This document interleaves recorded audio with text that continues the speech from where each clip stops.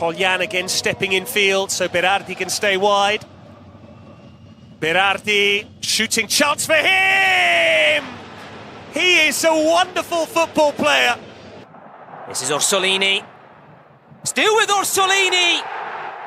And that is wonderful from Bologna's number 7.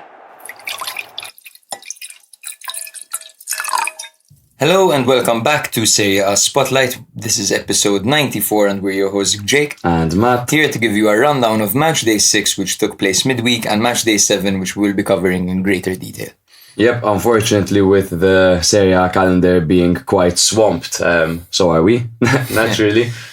We managed to give you guys a full episode for Matchday 5, but Matchday 6 and 7, we couldn't think of a better way than killing them both essentially in one episode. So I hope it's not too much of an inconvenience for all of you. But that means that we had 2 goals of the week. For Matchday 5, it was Berardi who scored the winner against Inter in a fantastic match where Sassuolo ended the game 2-1. It was a brilliant solo display there by Berardi, who literally carried Sassuolo on that win, and that goal literally was a cherry on top of the cake for his performance. Retegui's goal in Genoa's 4-1 triumph against Roma. It was absolutely brilliant. Yeah, it's very close. It was up there. If it wasn't for the stage, it might have taken it.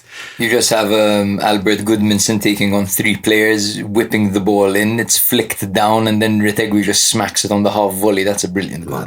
I want to talk a lot about Albert Goodmanson in this episode. God, yes, he's the cover art, guys. That's him. That's the guy. He got the cover art ahead of Orsolini, who scored a hat-trick, and over Berardi, and over Lautaro Martinez, who scored 4. But we mentioned Orsolini, so that is our Matchday 6 goal of the week. Orsolini scored a hat-trick of goals against Empoli. However, his first one was the nicest one, the way he flicked the ball over the last defender and then volleyed it before it could hit the ground into the bottom corner. Stunning. When Orsolini is on, he looks ridiculous. Colombo, it was an honourable mention over there for a great solo strike. I really wasn't expecting it by Colombo. And Goodmanson, once again, an honourable mention over there. Fantastic goal in the 2-2 draw away to Udinese. Yeah, just as Colombo scored a solo goal from the left, Orsolini scored a solo goal from the right. So, pretty identical, to be honest, as goals. Orsolini had more flair to it and more technique, so that one takes the cake, of course. Yeah. Guys, remember to like, follow, rate us 5 stars. We've got Instagram, we've got TikTok, we've got YouTube. Those of you who listen to us on YouTube will notice that last week something went devastatingly wrong and our episode was uploaded at 3 seconds in length. And hopefully you found us on other platforms, and we apologize for that. Not quite sure what happened with our podcast provider over there. If you would like to support our content, that's $3.99 a month on Patreon to become part of the family and to help us to improve our equipment, improve our sound, and maybe even, who knows, do this full time one day. Yeah, hopefully. But yeah, let's take you through a quick rundown of Matchday 6. Now, I know Matt... Give me a second before you do that, because one of the perks, naturally, with you guys being in our Patreon is that you can participate in our Fantacalcio League. Now, if you want any updates on how that is going for Matchdays in, then check out our Instagram. We post all of the results and the league tables over there, along with some banter that is shared on our chat. We've got some fantastic memers in this chat, particularly Luca. Fucking kills me, man. Yeah, he's such a funny guy. Right now I'm in 4th. I'm coming off a 6-1 victory because I have Orsolini in my team and I was against the Renegades. Before that I lost to Mintoff, which is classic. How are you doing, bro? I am currently 6th, not doing as well as I would like to, but it's still early on in the season and I feel like we could do some good things this year. We're on 6 points, first place is 9 points, that's not too bad. Yeah, I'm on 7 and first place is 9, so yeah, not worried over here. Not worried. By the way, yet. bro, you interrupt one more time, you die. Okay, it's as simple as that. Now, Matchday 6, I'm going to give you a quick rundown. Okay, Juve beat Lecce 1-0. Milik got the nod over Vlahovic and repaid Allegri's trust with his second half winner. Lecce have been humbled and Kaba was sent off at the end. And since then, Lecce were actually humbled twice. Yeah. Cagliari 1, Milan 3. Luvumbo opened the scoring in Sardinia, but Milan's firepower proved to be too much for Ranieri's side. Inter lost 2-1 to Sassuolo at home. There are 3 certainties in the regardless, life, death, taxes, and Berardi scoring against Inter. Sassuolo were clearly unfazed by the seemingly invincible Inter side as they handed them their first L of the season. Napoli triumphed 4-0 over a poor-looking Udinese side. They have two new problems to deal with since we last spoke to you guys. The first being that they might be losing star Victor Osimhen after the whole TikTok fiasco. We'll be talking about that in greater detail later on. The second problem they face is that they need to find a new TikTok admin, of course, because he's definitely got sacked. Yeah, as I say, one of them is definitely easier to replace than the other, right? Yeah. Lazio beat Torino 2-0. Vecino and Zaccani's goals were more than enough for a well-earned victory against a tough Torino side. Genoa destroyed Roma 4-1 at home. Gilardino's boys blew Roma out of the water with the magical Albert Gudmundsson leading the way. It was just an incredible performance by Gudmundsson. Genoa were much better than Roma in every aspect. And Gudmundsson looks like a top player in his position, completely like he'll breakout player for sure. He's gonna be expensive, man. Yeah. He's gonna be very expensive. Yeah. Frosinone held Fiorentina 1-1 at home. Fiorentina were very wasteful and they suffered a late equalizer at the hands of Mattias Sule on loan from Juventus, as Frosinone continued to prove that no occasion is actually too big for them. Atalanta beat Verona 1-0 away from home. Coop Miner's goal in the 13th minute was enough for Atalanta to get a street-smart away victory against, once again, tricky Verona side. Empoli got their first victory of the season against all odds. Of course, Zanetti was sacked and they brought in Andrea Azzoli to replace him. They played Salernitana at home and wonder kid Tommaso Baldanzi scored the only goal in Empoli's first win of the season, hopefully the first of many. Even though I highly doubt that, but we'll see. Monza 0, Bologna 0 was the last one. Two sides were actually bigger and better than most people would think. This was a stalemate which saw Salamakers getting a double yellow upon entry, so that's just worth watching for that. Literally. Thank you, Salamakers, for making that game a little bit more interesting at the end with the red card. No, that was, it's such a shame that we didn't get to record a full episode for this, because I mean, all across the board. I mean, Juve won Lecce 0 with a Milik goal, that's fine. Milan winning 3-1 away against Cagliari, that's okay, although I wish you saw Luvumbo's goal.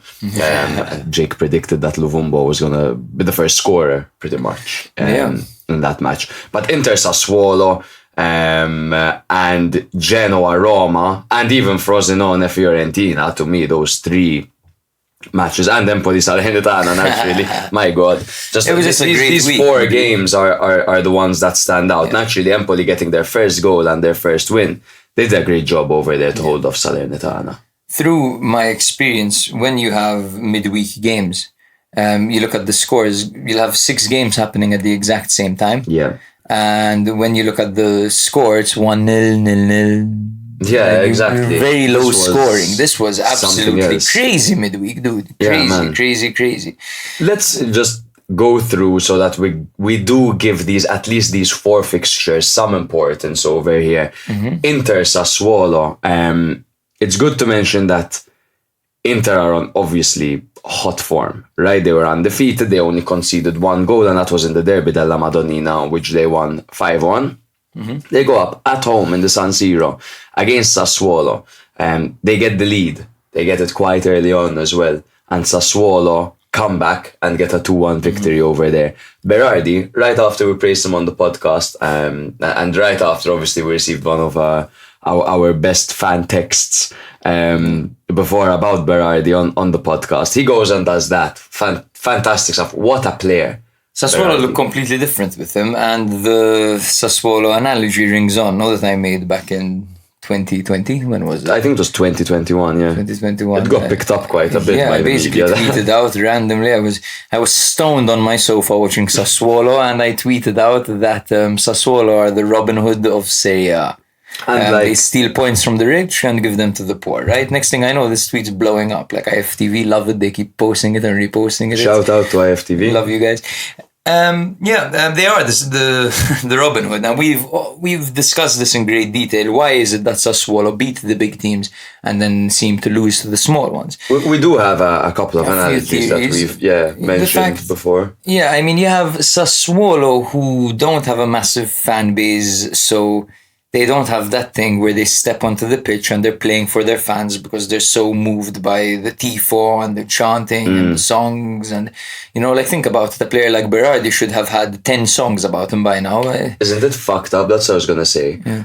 Put Berardi, ideally Berardi would be in a team with a fan base that has every kid in the city wearing his shirt, because that is the staple. That is the level of a staple that Berardi is to this Sassuolo team. I mean, I think like Sassuolo, who only got promoted to Serie A, 8 years ago, 7 years ago, something like that, under Di Francesco. And this Juve reject, right? Berardi comes in. And he has put this team on the map. He has made them contenders for Europe. It's been 10 years of Sassuolo for sure, by the way, because Berardi, I think, he made his debut in 2013 for them. I see, okay. So it's been around 10 years, let's say 10 years. But what this guy's been able to do, he should be a hero for all these kids. Thankfully, we're starting to see this stadium going up literally by the tens. It's not like it's an incredible difference, but they're steering the ship into the right direction. Hopefully, it's coming at the right time where Berardi could really be a role model for these kids, and Berardi could really make Sassuolo the team to support for all these people that live in Modena and that live around Bologna as well. So yeah. Yeah, definitely. And it is nice to see their fan base growing slowly but steadily. We also had Genoa Roma, of course, which was absolutely crazy. Madonna. Goals from Thorsby, Goodmanson, Retegui, and Junior Messias coming on, who celebrated that goal more passionately than his goal in the group stages of the Champions League with Milan, which happened to be Milan's first Champions League goal since the last time they were in it, which I believe was 7 years prior to that. I'm not quite sure what's going on with Messias. I think he was more starstruck in the Champions League goal, and here he was just like, I'm not finished. I've still got it. I haven't peaked. Perhaps I still have more to offer to this league. Yeah, man, and I think a team like Genoa that are so exciting is like the right space to put him in, because him and Salamakers competing for that right-hand side against Milan had become such a boring and tedious conversation, and such boring and tedious fucking performances as well every now and then, and clearly the weak side to Milan. Now you put him into a project of an up-and-coming team with so many exciting players, and suddenly he's in the light of excitement again, which he hasn't been in for a while, so good on you, Junior. He's an underrated signing by Genoa, because you can play him anywhere. You can play him on the wing, you can play him as a mezzala, you can play him as a support striker. He's very versatile. I'm pretty sure you can put in a shift as a wing back as well. Yeah. Probably. But I do think we should get going with Matchday 7 this week in Serie A, Matchday 7. Okay. Victor Osimhen, brother, is the talk of the town, right? He deleted all his Scudetto celebration pictures on Instagram and threatened to sue the club after Napoli's official Instagram and TikTok accounts posted a video mocking his penalty miss and another video calling him a coconut. He appeared standoffish with teammates, but allegedly peace has been restored, if you were to believe things that appear on social media. Osimhen has put up a post saying that he loves Naples and that the people of Napoli give him the fuel and the adrenaline he needs to perform at the highest level. Oh, but they must weird him out, man. They have to weird him out with this whole Pizzelle Osimhen thing. Everyone, you've got kids eating fucking ice creams shaped and colored like Osimhen's dick, guys. Like, I'm surprised he's still there. Love Naples, love the city, love the football team, love the people. I'm quite sure they weird him out. I've got a bit of a skit of how this conversation might have gone down. It's not funny, it just puts it into perspective. Basically, Let's hear it. Osimhen walks into De Laurentiis' office. Like, hey boss, hey Victor, how are you, my man? Not bad, boss, not bad. I wanted to pull you aside about something. Oh, what's wrong, Victor? Tell me. Like, well, I don't want to make a big deal about it. Come on, Victor, just tell me. Okay, no problem, boss. Look, I've been here for 3 years now, right? Last season was my best year here. We can both agree. Yes. I was the capocannoniere for Napoli, and we won the first league in 30 years. It's like, yes, and Osimhen, Victor, right? I think you were pivotal to all that. Yes, I think so as well. The team was great as well, but I do think that I played a massive part. But then I can't help but feel. I go on social media, my team's social media, and I can't help but feel that these guys are mocking me. Like, first there's this video about me being a coconut. Like, I'm a coconut. Like, sure, whatever. Like, I'm a coconut. I don't get it, but sure, like, fuck it. But then I miss a penalty, I make a mistake, and they're mocking me, playing music over me. I don't think that's right. The coconut thing, fuck it. Like, I'm a coconut. But this I can't. I can't accept it. That's how I feel the conversation would have gone down. It just puts it into perspective of what a weird encounter this is. Yeah, I mean, it's totally bizarre because when that was, by the way, thank you. No, thank you. Thank you for listeners enjoyed that. And I'm sure they nodded and said, yeah, we did. Yeah, but it's definitely a weird way to fall out of favor with your best player. It's definitely the strangest situation I've seen. When you look at the TikTok admin, the poor guy is probably a Napoli fan who landed his dream job and is the admin of Napoli's official TikTok account, you know, and everyone in the comments is like, does the admin reply? He's like, hell yeah, I do, brother. Best admin in the world. He's like, I love my job. And then, you know, he goes home. He's like, Osimhen missed a penalty. Maybe there's a trend right now where you put high-pitched voices and these funny memes with football moments. You speed them up to make them funnier. And he decided to make it about his own player, right? And that's, I'm sorry, but that's a poor judgment call. And of course, with the way that things have developed, he's gonna lose his job, right? You have to feel for him, but that's the only situation, right?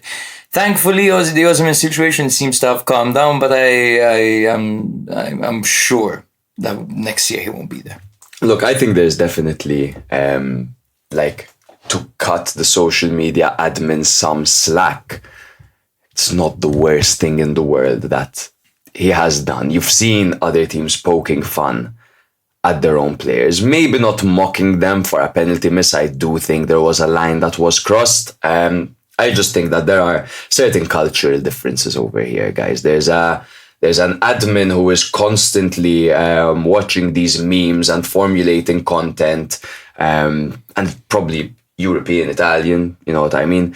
Osimhen comes from Nigeria. Now, if you've ever spoken to your typical Nigerian person, you'll find that these people are massive on respect, huge on respect. You respect them, they respect you. The second they feel disrespected, then they feel disrespected and they're going to react as though they are disrespected. And I think that's the way Osimhen is reacting. Sure, we could look at him and say, calm down, it's just a meme, bro. But it's not just a meme for him, is it? I think culturally, in Nigeria, for example, the employee-employer dynamic might be different. And the whole concept of respect and this whole 2023 meme culture, I'm not sure is quite understood over there or appreciated, quite frankly. Yes, it was rather risky. And yeah, the admin definitely paid the price. But anyway, I hope no one lost their job, by the way. Yeah, same.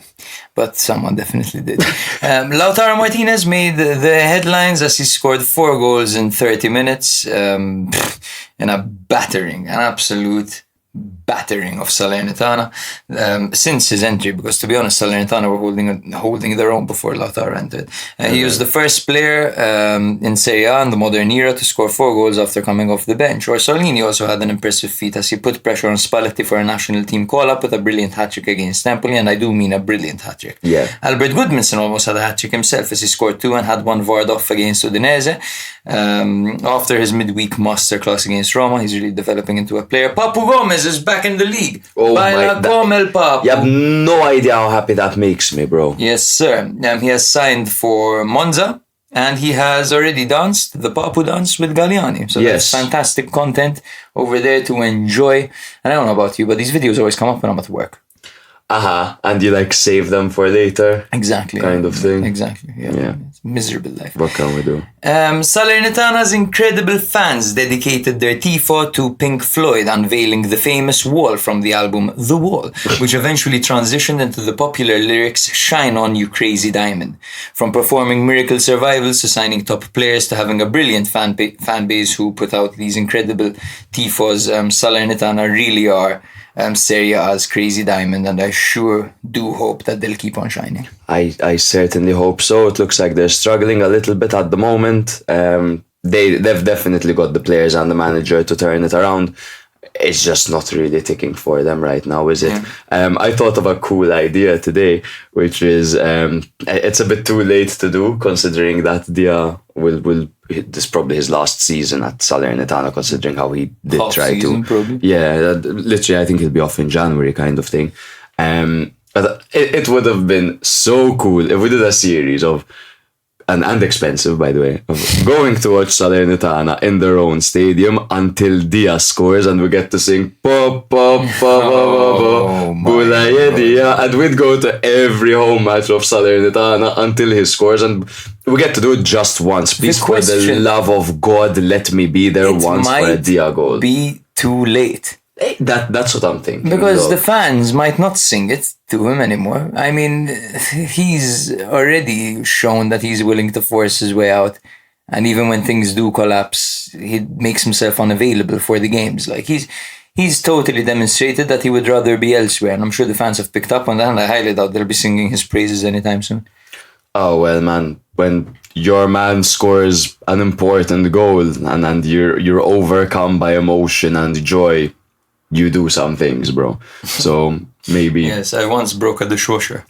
Yes, and like, I don't blame you, because it was a Graziano Pelle bicycle kick on his first game back in the league. And I believe it. on my Fanta. And you had picked him up on Fanta Culture as well. Yes, Mental. Okay, 20 minutes in, we finally get to talk about the match day. Yeah, we have to do the rundown. Yeah, match day 7. So let me give you guys a quick rundown over here. So probably the biggest game of the week was Milan-Lazio. And Milan managed a very, very clean 2-0 victory over Lazio over here, with goals by new signings Pulisic and Okafor. Good to mention that also Loftus-Cheek is off the mark for Milan, thanks to his midweek goal against Cagliari. He's also picked up a knock and will be missing 2 games, but will be back for the Juventus game. Atalanta 0, Juve 0 was enough to make me very close to opening Football Manager halfway through this game. It was a bit of a cagey affair where both teams didn't quite get used to each other, and that did lead to the 0-0 stalemate. Few clear-cut chances, but one phenomenal save by Wojciech Szczesny denying Muriel's free kick. Salernitana 0, Inter 4. Naturally, as Jake mentioned earlier, it was Lautaro Martinez who stole the headlines. Lecce 0, Napoli 4. Another 4-0 away victory over here, where Gaetano scored his first goal for Napoli, and in great fashion. To be honest, I do think that was quite a contender. Skipped past a man and from outside the box left the keeper rooted to the spot with a great strike. This was quite a good game. Roma 2, Frosinone 0, a brace for Romelu Lukaku. Had a super performance alongside Dybala up front. Fiorentina 3, Cagliari 0. I think Nico Gonzalez is one of the best players in the league so far this season. He's been phenomenal for them, and Fiorentina are still looking very good. Just the one loss against Inter this season, man. Sassuolo 0, Monza 1. A very, very even affair. Surprised Monza managed to get away with a 1-0 away victory over here, but classic Sassuolo, Robin Hood. Torino 0, Verona 0. A bit more of an exciting 0-0 affair over here.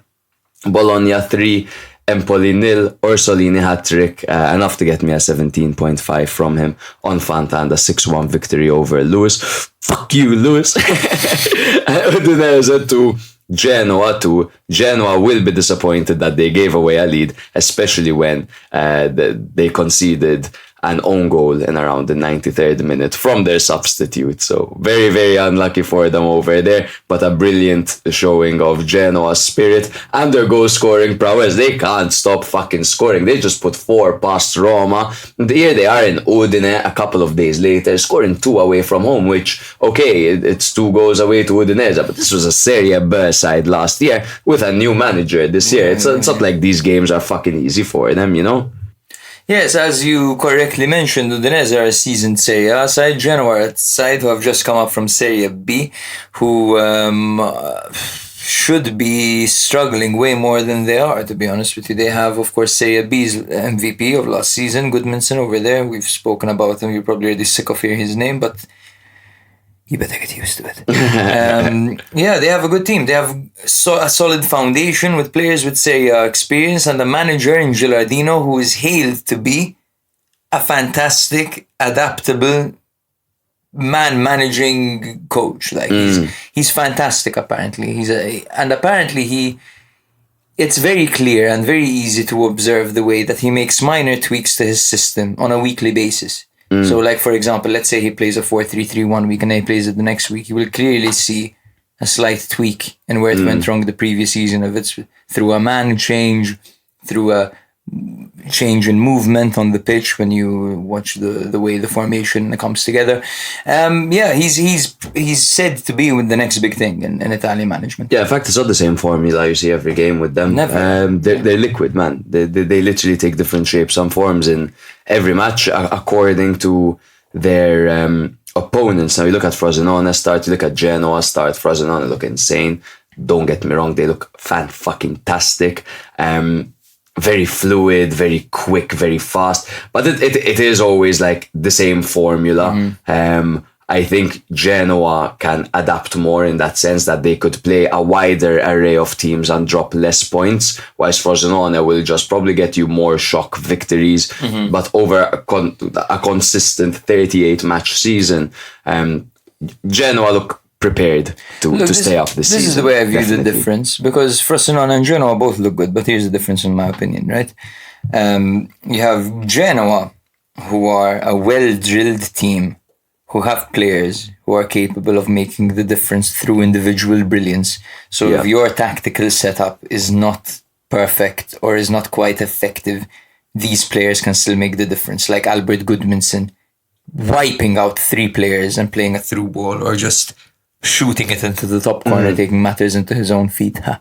Frosinone, on the other hand, are purely well-drilled. Yep. That's it. When you look at the individuals, there are a bunch of players towards the end of their careers who have, say, experience, mid-20s players. And a fucking boner, man. They're going, like, they're drilling. They're hyped, ready to go. They're all hard as fuck, like. That they are.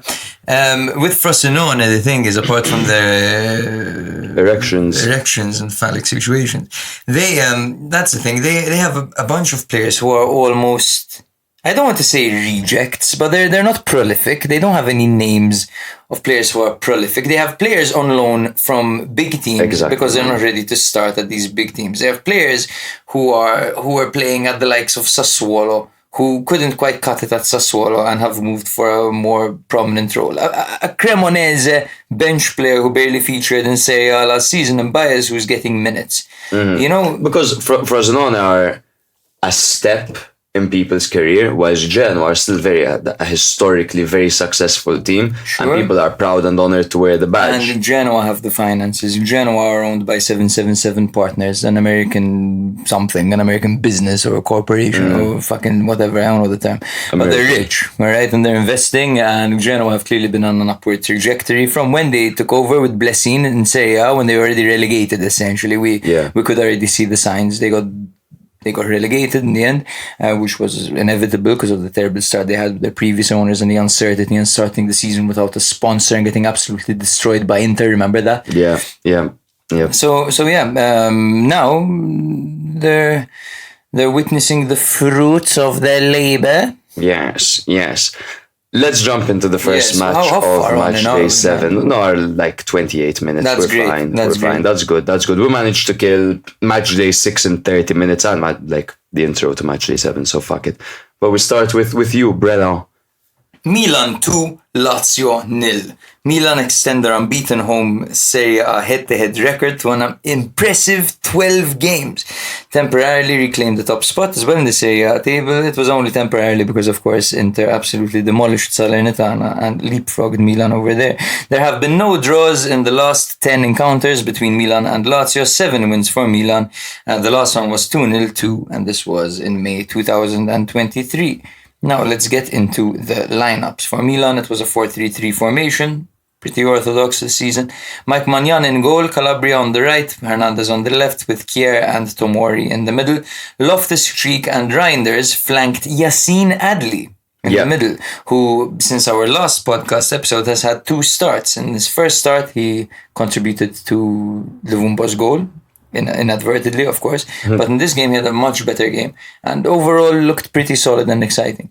Pulisic was out on the right, Leao was out on the left, and Giroud was up front. For Sarri's men, it was also a 4-3-3 formation with Provedel in goal, Hisai on the left, Marasic on the right, Chasal and Romagnoli at the back, with Luis Alberto Rovella and Guendouzi in the middle.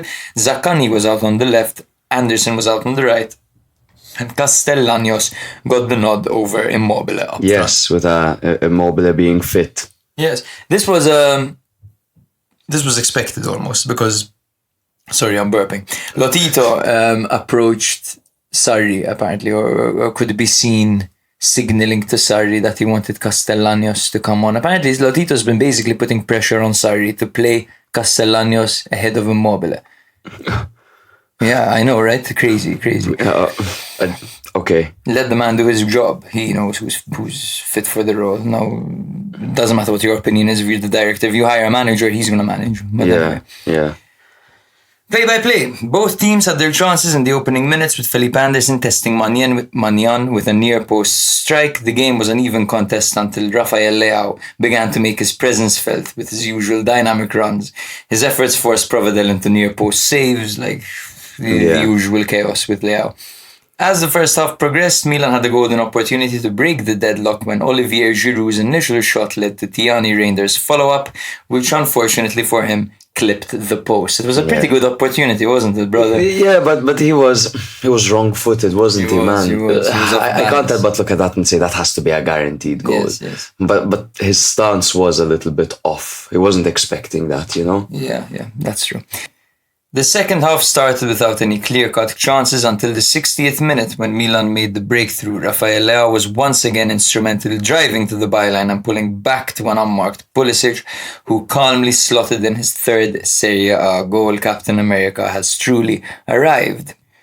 Yunus Musa, substituting for the injured Ruben Loftus-Cheek, came close to adding a second for Milan as Lazio struggled to find their footing. Neither team had scored a goal after the 75th minute in Serie A this season, which didn't bode well for Lazio at all. One of the key players for Milan was Florenzi this game, who in the 85th minute, when the scoreline was still 1-0, made a crucial block on Lazio's Gustav Isaacsen after a solo run.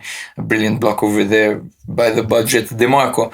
In the dying minutes of the game, Milan secured the victory as Leao raced down the left wing as usual and set up substitute Noah Okafor, who confidently scored his 2nd goal of the week. Although Pedro managed a spectacular reply for Lazio, it was ruled offside. Yes, sir. Ciro Immobile keeping him onside. Make what you will of that. With this win, Milan continued their 3-game winning streak, while Lazio remained stranded in mid-table after a challenging start to this Serie A campaign. Bro, safe to say Milan dominated this game. For me, best performance of the season so far. What do you make of it? Yeah, so it was always interesting to see how Milan were going to adapt after the loss against Inter, which was followed by a weird 0-0 draw midweek to Newcastle, even though Milan dominated that game. But here we're starting to see Milan really getting their confidence back and being that offensive team that they want to be. We have now seen Milan get past Lazio with the score of 2-0. We've seen them get past Roma with the score of 2-1. What happened against Inter, but at least Milan are really showing that they are a force to be reckoned with. And at the moment, Lazio aren't there.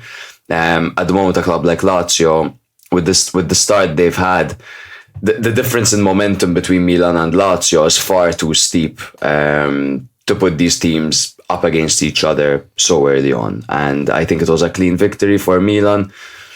Dominated is a strong word. I think it was a very, very, very clean victory. It was a clean victory, totally. I mean, Lazio, I can't remember them really threatening apart from Pedro's disallowed goal. Of course, I think Milan kept them quite quiet. yes. And Luis Alberto looked frustrated from the get-go. I don't know what it is. Milan have Lazio quite figured out, man. And just as Inter have Milan completely figured out and Inzaghi knows Pioli inside out, apparently, maybe it's the same thing with Pioli and Sarri. Maybe Pioli has totally figured out Sarri right now. I mean, you could say that, but Milan also lost 4-0 against Lazio last season, so... That's a fair point. Yeah, that was a crisis. but it's one of those cases. Milan can beat anyone, but they can get murked. There are like 5 teams that can murk Milan. Yes. When it starts to go badly, it can go very badly. That's one of Milan's kryptonite. Yeah. Okay, bro, so let's look at Rafael Leao, a fantastic player. We all know he's a fantastic player, probably the best player in the league, arguably. I mean, it's not as close this season as it was last season. But he's proven himself in Serie A. He's won it, he's won MVP, whatever. Do you think he still needs to prove himself on an international stage, on a European stage? For example, let's look at the Newcastle game, for example. Yes, because the culture of football that we live in at the moment puts competitions like the Champions League naturally on a pedestal. That's number one. Number two is Serie A is not on a pedestal at all, and the Premier League is. And to an extent, La Liga more than Serie A, because you do it for Real and you do it for Barca, and then it's like you made it. You know what I mean? Yeah. Yes, to answer your question, he's not gonna be relevant to the world of football until he goes on a crazy showing in an entire Champions League campaign. But then I would argue with you, granted it wasn't an all-Italian semi-final, but he did it against an all-Italian quarter-final rather, sorry. But he did do it on an international stage against Napoli.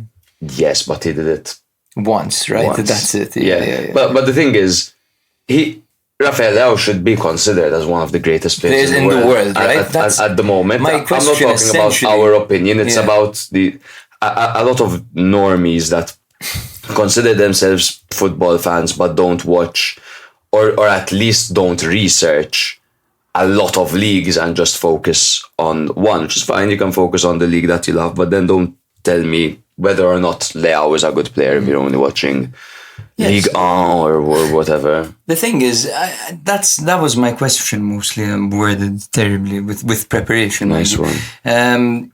What's stopping people from mentioning Leao in their top fucking 5 players, top 10 players? It's that the fact that he hasn't made himself like cemented a starting spot for the Portuguese team, hasn't really made the difference in Champions League consistently yet. That's probably it, right? Yeah, it has to be. Yeah. It has to be, and there's also all this is a case of relevancy, and at the moment, relevancy comes with money, and you know who has money? The Premier League. You know who doesn't have money? Serie A.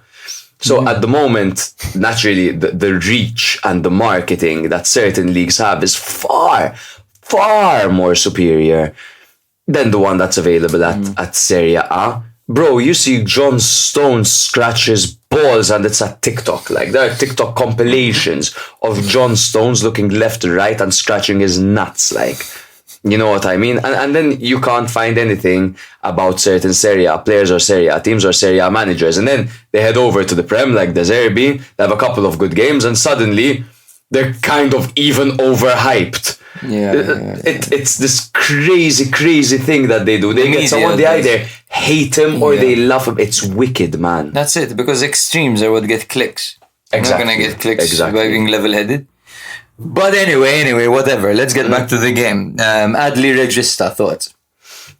Good, yes? Solid. But is it good as in...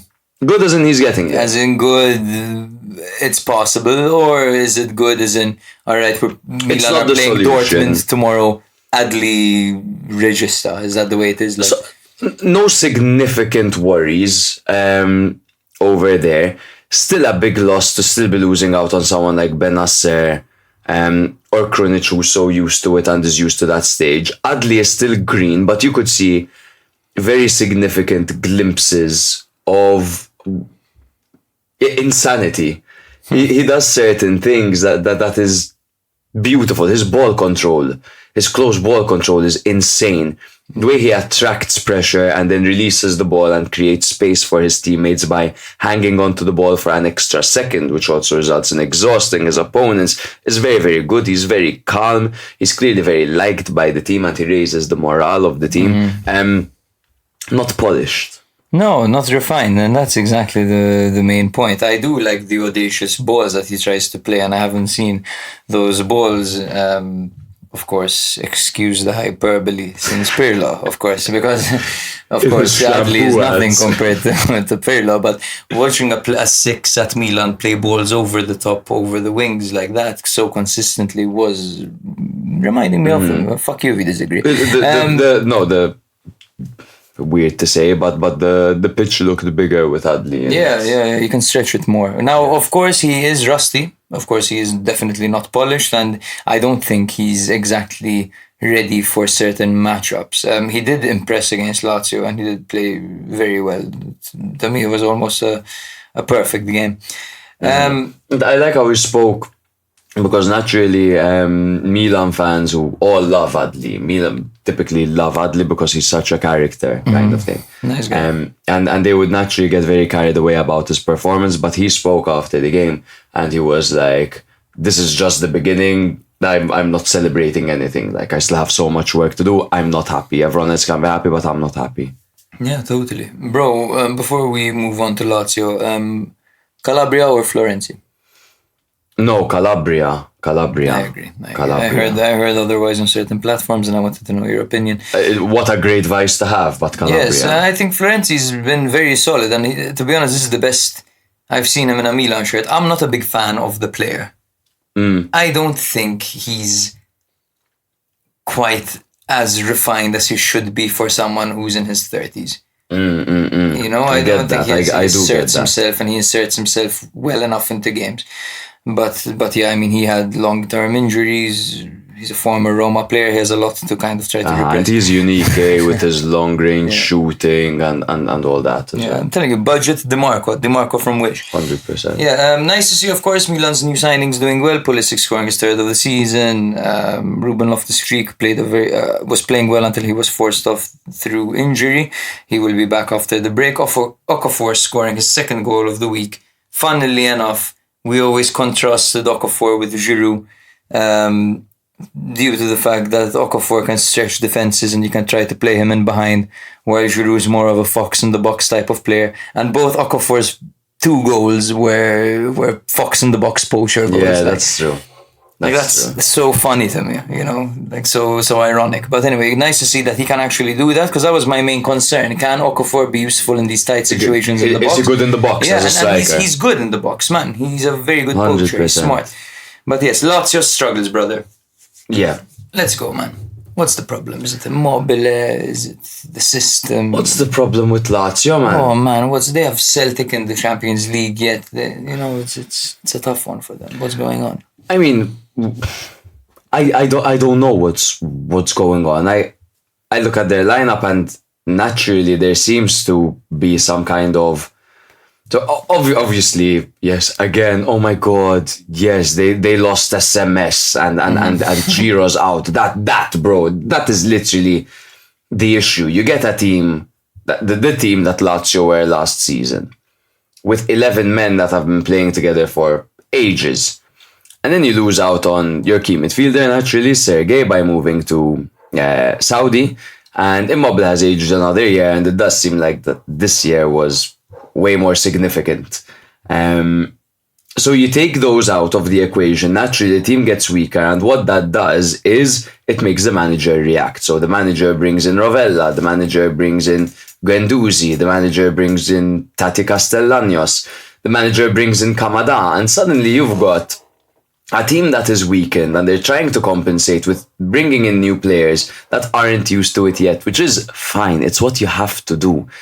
But you need to suffer for a season or so. Now, are Napoli going to be a mid-table team all season? No, absolutely not. But let them get their footing together. They can't go up against Milan at San Siro and get a point, or even more so, get 3 points over there. It's just the stage that with Lazio are in right now. And that stage is growth. They came second last season, which is one of their greatest achievements in the past 10 years, barring the Coppa. And if they don't match their greatest achievement, then it's suddenly a failure. Yeah. But if you look at the entire story and where Lazio are right now, fuck it, they have to get their shit together this season, and they'll be better next season. It's as simple as that. Look, I view Sarri's time at Lazio as very temporary. Like, if you look at this Lazio team over here and you look at the players who have grown accustomed to Sarri ball, right? His philosophy. Let's take a look. So we have Hisai, hasn't been there for too long, but let's count him. Romagnoli, Trasale, Marosic and Provedel. Okay, they're all used to it. Now, how many of those players are actually average or above average? Let's say how many of these players are actually above average? Provedel. 3, exactly. So the keeper, Romagnoli and Trasale. The fullbacks are average. Put anyone there instead of them. Exactly. Like, it's... Okay, they're sound defensively. Hisai and Marosic, they can put in a shift. They'll work tirelessly. They're kind of like the mold of that the Radus of back in the day. And there was another one, I can't quite. His name escapes me right now. There was at the same time of Radu. He had blonde hair. No. He was an itch. That dark-skinned gentleman with blonde hair. For a while, he had gone to Fiorentina. Dog, he was a right back and a left back. Dalberz, what are you talking about? God. I'm talking about an itch. Lulic. Okay. Lulic. Yes, they're that type of mold, the type of average defender who is good against a small team when you have the lead, like, and you need to maintain. You know what I mean? Okay, facts. So let's move on to the midfield. Rovella and Guendouzi new. Luis Alberto, great player, fantastic player, has been with Sarri for a few years now. However, a bit difficult to manage, and maybe when things aren't going perfectly his way, he doesn't comply perfectly, and maybe does his own thing ever so slightly. Or maybe he's not the perfect example. He doesn't share the same philosophy as Sarri, or he doesn't believe in Sarri's philosophy. He's more of a libero. He's not going to play these dynamic fucking he's one of those players that like he would appreciate not being told what to do and let his creativity shine on the pitch. Exactly. But with a manager like that, all respect to the manager and the player, the manager tries to get them to play a system, while the player is like, but I perform best when I'm given freedom. Yes. And then you have Zaccagni, who knows it, Anderson, who knows it, and then Castellanos, who's new. Yeah. Or Immobile, who knows it, but is a year older. Yeah. Now, the problem over here is that, okay, so Sarri is implementing his system into a team which is losing its best players.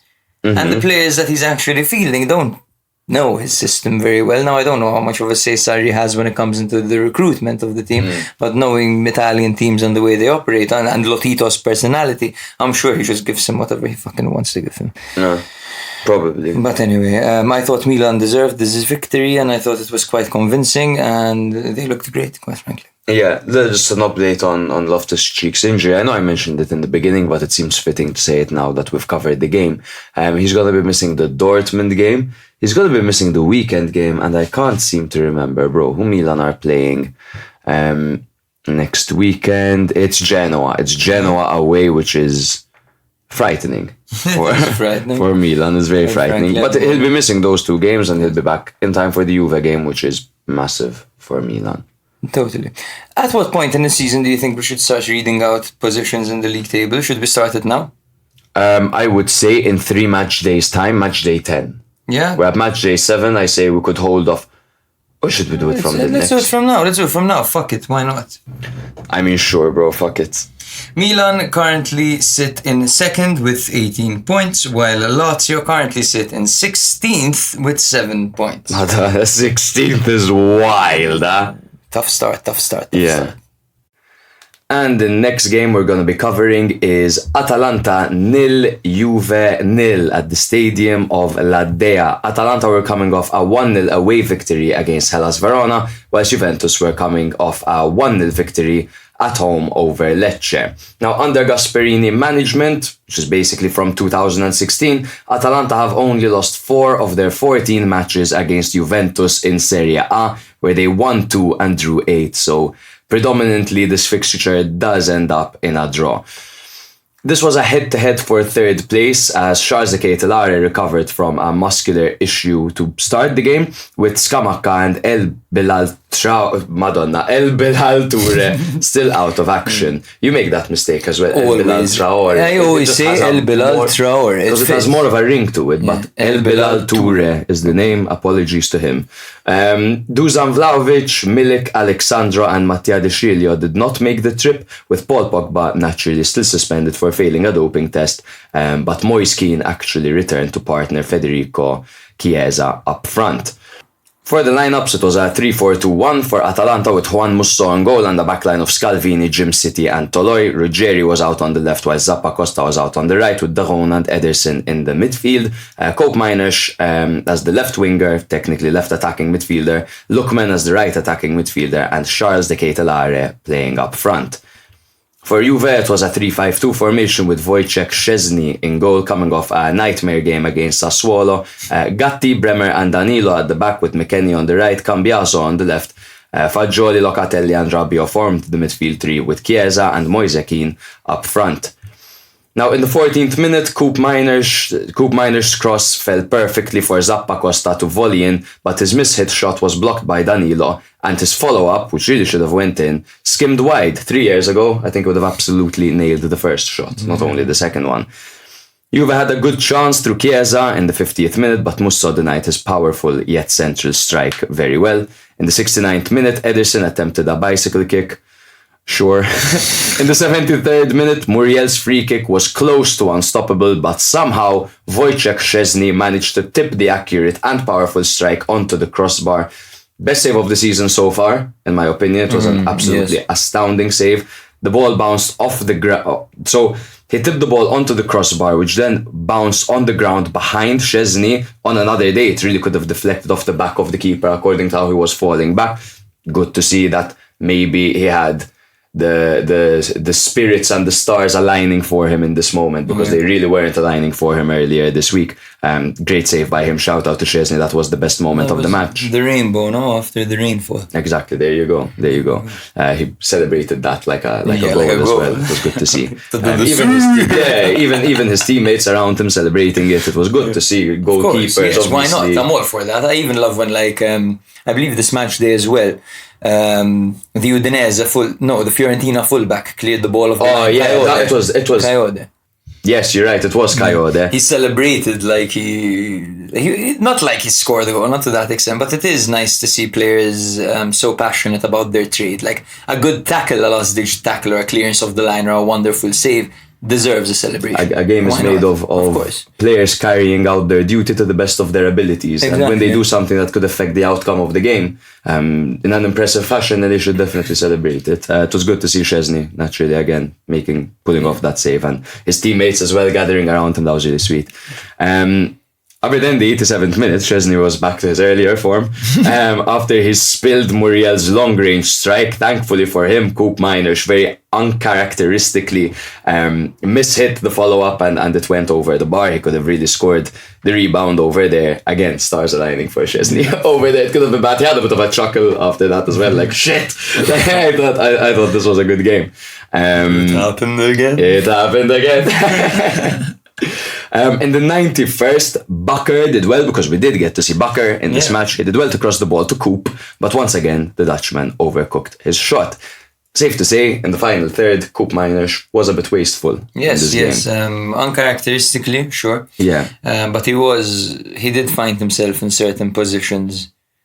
In a home match against Juve, sure, but he did find himself in some positions that maybe surprised him, I think. Oh yeah, I think so. Typically, though, you would see Coop Miners score those, but I think he's more interested in scoring the odd-worldy. Yes. And the odd hat-trick. No, I think that Coop Miners, of course, is one of the best midfielders in the league. I know I said that about Goodmanson earlier on. You're like, does this guy think everyone's the best midfielder in the league? They're two of the best. They're two of the best. Two of the best attacking midfielders in the league. league. They're two top tier players in their position in the league this season. And Koop Miners even the season prior. Very, very possibly top two. Yeah, very possibly top two. But anyway, what I noticed from this game was that, first of all, it was a cagey affair. Both sides primarily didn't want to lose. Yeah, yep. And I think Juve took that to another extreme, to be honest. When you look at their statistics, stylistically, it's difficult to defend Allegri in this game, to be honest. Like 2 key passes. And you know who delivered these key passes? I don't, and I prepped for this game. So let's guess. The first one's an easy guess. Who made the key pass? Yeah, the first key pass. Who made the first key pass of the game? Who was it? Is it stupid to say Chiesa? No, it was actually Chiesa. Yes, nice, perfect. okay. You're good. But then the second player who gave a key pass, I'll give you 3 guesses on the Juve team. Okay, I'm gonna start off by saying Szczesny. Yes, you. Oh my god! Yes, I'm so good, bro. I've been doing trivia at Freshers all week, and I know the tricks. Hit me with a good one now. quickly. Okay. Here's one. G. Who won the first ever Eurovision Song Contest? Was it A, Italy, B, France, C, Switzerland, or D, Sweden? Okay, bro. This is Serie A Spotlight. I'm gonna vote Italy. Well, it's Sweden. Oh, Switzerland. Switzerland. It's Switzerland, yes. It's quite close anyway. Yep. Congratulations to the Swiss fans. But yes, that's the trivia round over. Okay. Yeah, we tried. But yeah, Juve left a lot to be desired. Of course, nice to see that defensively they were more sound and there weren't as many howlers. I mean, typically Szczesny's very good at controlling his line. Gatti, Bremer and Danilo are more than competent defenders to keep a clean sheet against many teams, to be honest. So nice to see that they're keeping everything tight at the back. However, one should not write Juventus off at the moment. Allegri has said that top 4 is their objective, but Allegri always diminishes the actual objective. If the objective is top 4, he will say that the objective is Europa League, right? Exactly. European football is our priority right now.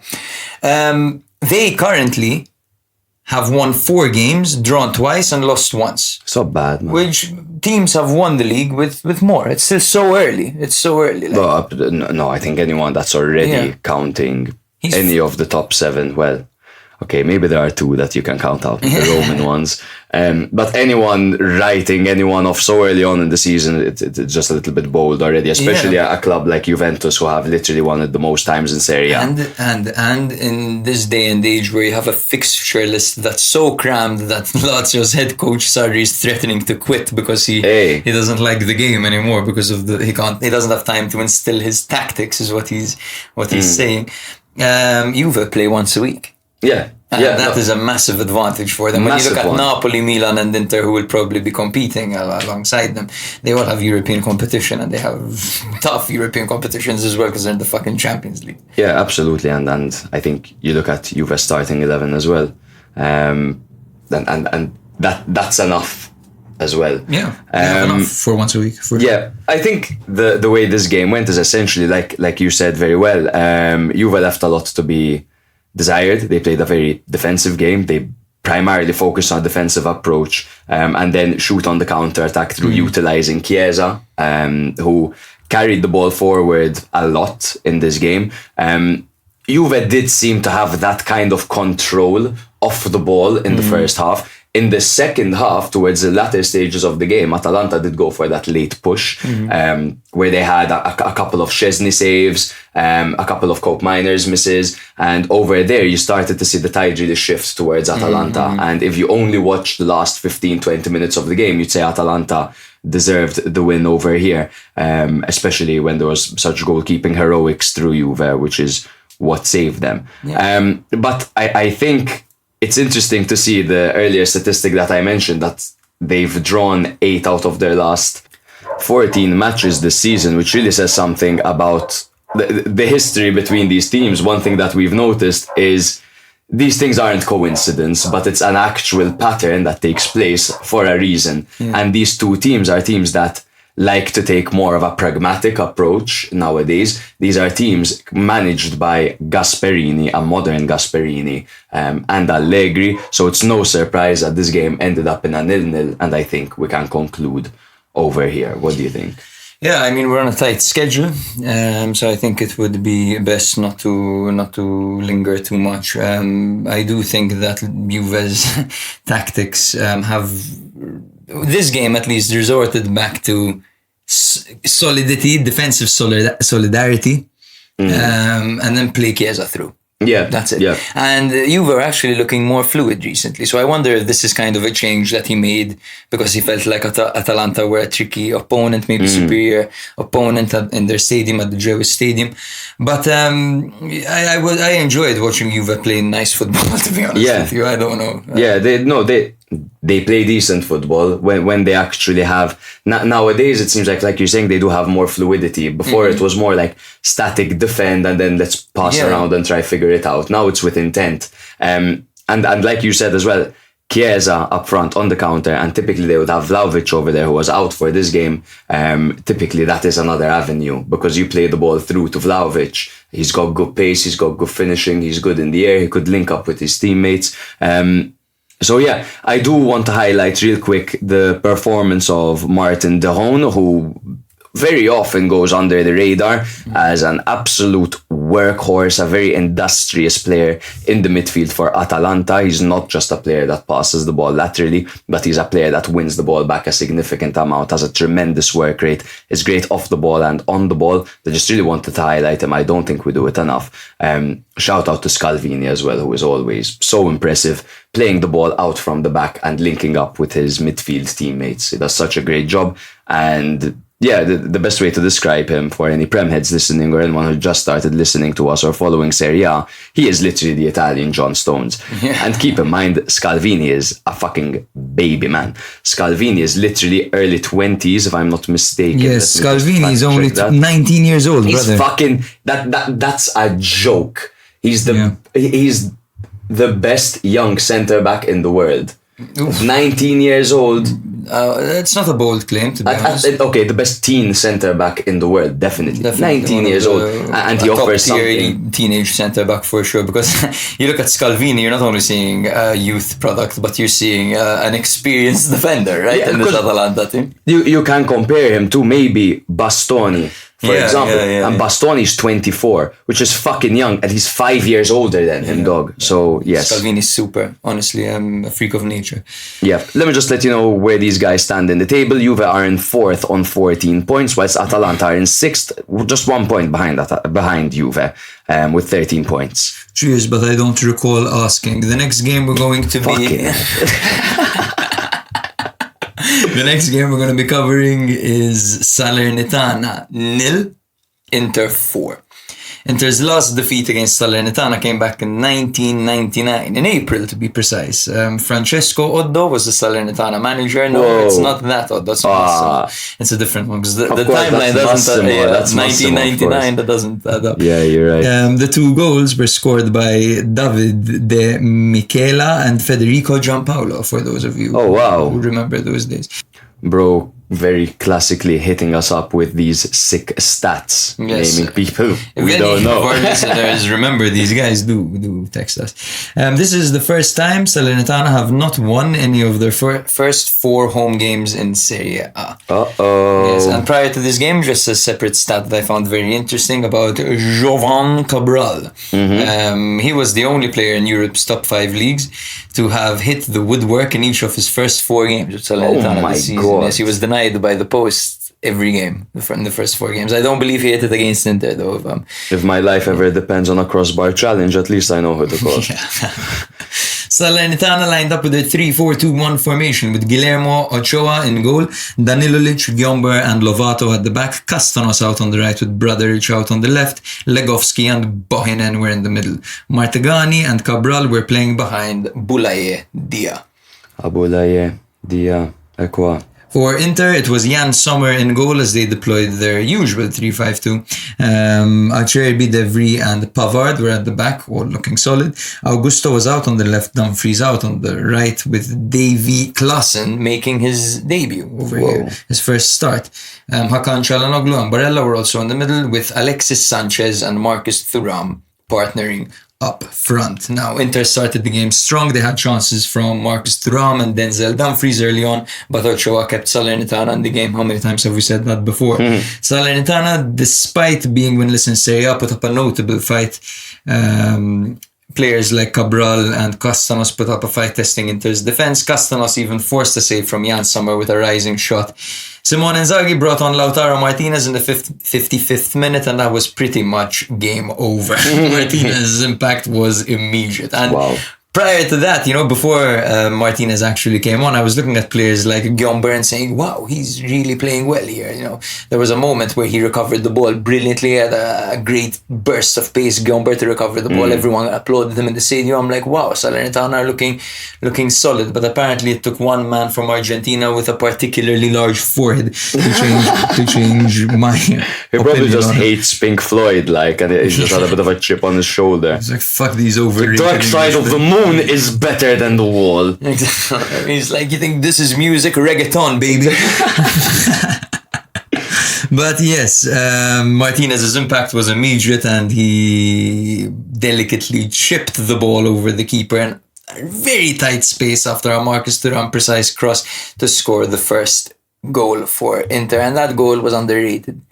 The amount of time he had to get between the defender and the goalkeeper and onto the ball. And the keeper practically had the ball in his hands. Well, not practically, almost. And he just tripped it perfectly. He just dinked it over him. Amazing goal. There is one way he could have scored that goal. In one manner that he could have executed that. And it was the manner which he used in a split second, man. Yes. And then Salernitana thought they had equalized. A goal in a similar fashion, to be honest. A ball played between the goalkeeper and the defender, and Matusz Legowski just charging between the defender and the goalkeeper and finishing quite cleanly, but he was in an offside position and it did not count. And after this, Inter's defense held firm. Martinez sealed Inter's victory with a well-taken volley, followed by a penalty conversion and a close-range goal. His incredible 4-goal performance was indeed the highlight of the match and potentially the highlight of the week. They secured a convincing 4-0 win, bouncing back after their loss to Sassuolo. There's a crazy stat on that, no? About a substitute scoring 4 goals yes, in Serie A. It's the first time in modern day football that in Serie A that a substitute has scored 4 off the bench. And in 30 minutes, man. It's mental. It's crazy. Now that we've reviewed the match, let's discuss a little bit Lautaro Martinez, brother. Dear, similarly to Leao, I don't know if this is a Serie A thing, but you don't really hear people mentioning him as a top striker, eh? Well, there was a time where he was being very hyped and he was close to moving to Barcelona, but this is around 3-4 years ago, you know what I mean? He's much better. He's much better nowadays, yeah. I think, I don't know if, maybe, you know how sometimes there are certain people who are so obviously in a relationship that no one bothers flirting with them. I think that maybe that happens. Who, me, bro? I think sometimes that's the case in football, if I'm being honest. But yeah, it's the same thing. But Inter just made the Champions League final, man, to be honest. Yeah, they're a good place to be right now, despite the financial woes. Marotta keeps cooking. It must be said that... It would make them a lot of money to sell him, man. Of course. That Lautaro has totally taken on the role of a leader, though, at this Inter team. And it can be seen, the way the fans respond to him, the way that he has an aura about him nowadays, Lautaro. He like the aura of a great player. He's so confident in his trade, and I don't think we'll be seeing these long dry spells for much longer from Lautaro. I think mentally he's better nowadays. Confidence-wise. It could very much be the case. I don't want to get too carried away. Naturally, insane performance from an insane player. One of the best strikers in Serie A. We typically speak about Osimhen and Vlahovic, and we typically don't give him the cake because he's not exactly a lone striker bomber, but he's typically providing to another striker, playing alongside Lukaku or playing alongside someone else. But he's off to a very strong start. He's been in the conversation of Capocannoniere for the past few years. But I don't want to discount the fact that he can get quiet at times. He scored a hat-trick last season or the season before, I can't remember which one, and he still, January, February, March, had a bit of a dry spell. It's the fact that his his last dry spell was last season, halfway through, and since then he's been firing and he hasn't looked like he's going to stop. He was quite wasteful in the Champions League, with that being said. But anyway, we can't discount the fact that maybe he'll have a dry spell, but strikers nonetheless, do suffer from confidence, of course. If they don't score goals, they do get in their head many. Yeah. But we did see Stewart. Speaking of strikers, today he did not have his iconic hairstyle. However, he didn't, and it pissed me off. Lame. I know. I didn't even recognize him at first. I hope it was like Stewart coming on from the Jamaican league. I hope we didn't fucking make him self-conscious about his hairstyle. Well, his Wikipedia literally says he's 6 foot with his hair. Yeah. You remove his hair and he's no longer that That's height. why he doesn't. Where's Tinder? Yeah. Yes, Simone Inzaghi's game management was great. Of course, starting with Lautaro off the bench, resting him and then bringing him on and blowing up his confidence. Alexis Sanchez played a pretty good game, to be honest, showing us that he should not be taken for granted as a player. He did have a goal contribution every other game for Marseille as well, despite his age nowadays. But yeah, Inter, solid as ever. Salernitana looked like they were in control. Not in control, looked like they were hanging in there for the vast majority of the game. But eventually they came undone. And I think they stopped trying towards the end because the last Lautaro goal, they didn't even bother to pick him up as he moved back away from two central defenders while they were flat-footed. Well, they had an equalizer cancelled and then they conceded shortly after that. It could have very much been a 2-0 victory, but it's 4-0 because they're probably so demoralized after getting their goal cancelled and then conceding another one straight after. Now it's a 2-0 or a 4-0, that didn't make too much of a difference for them over there. Also, bro, before I conclude this game, it is worth noting, football is a hilarious sport. Because you've got people of all shapes and sizes from different parts of the world, right? And you can have two people stood right next to each other. You can have, for example, let's use say examples. You can have Lucca and Strefezza stood next to each other. Now imagine you're at a bar and you meet these two guys and you're having a chat with them. Jesus, what is this, a freak show? Yeah. But it's crazy that they play the same sport.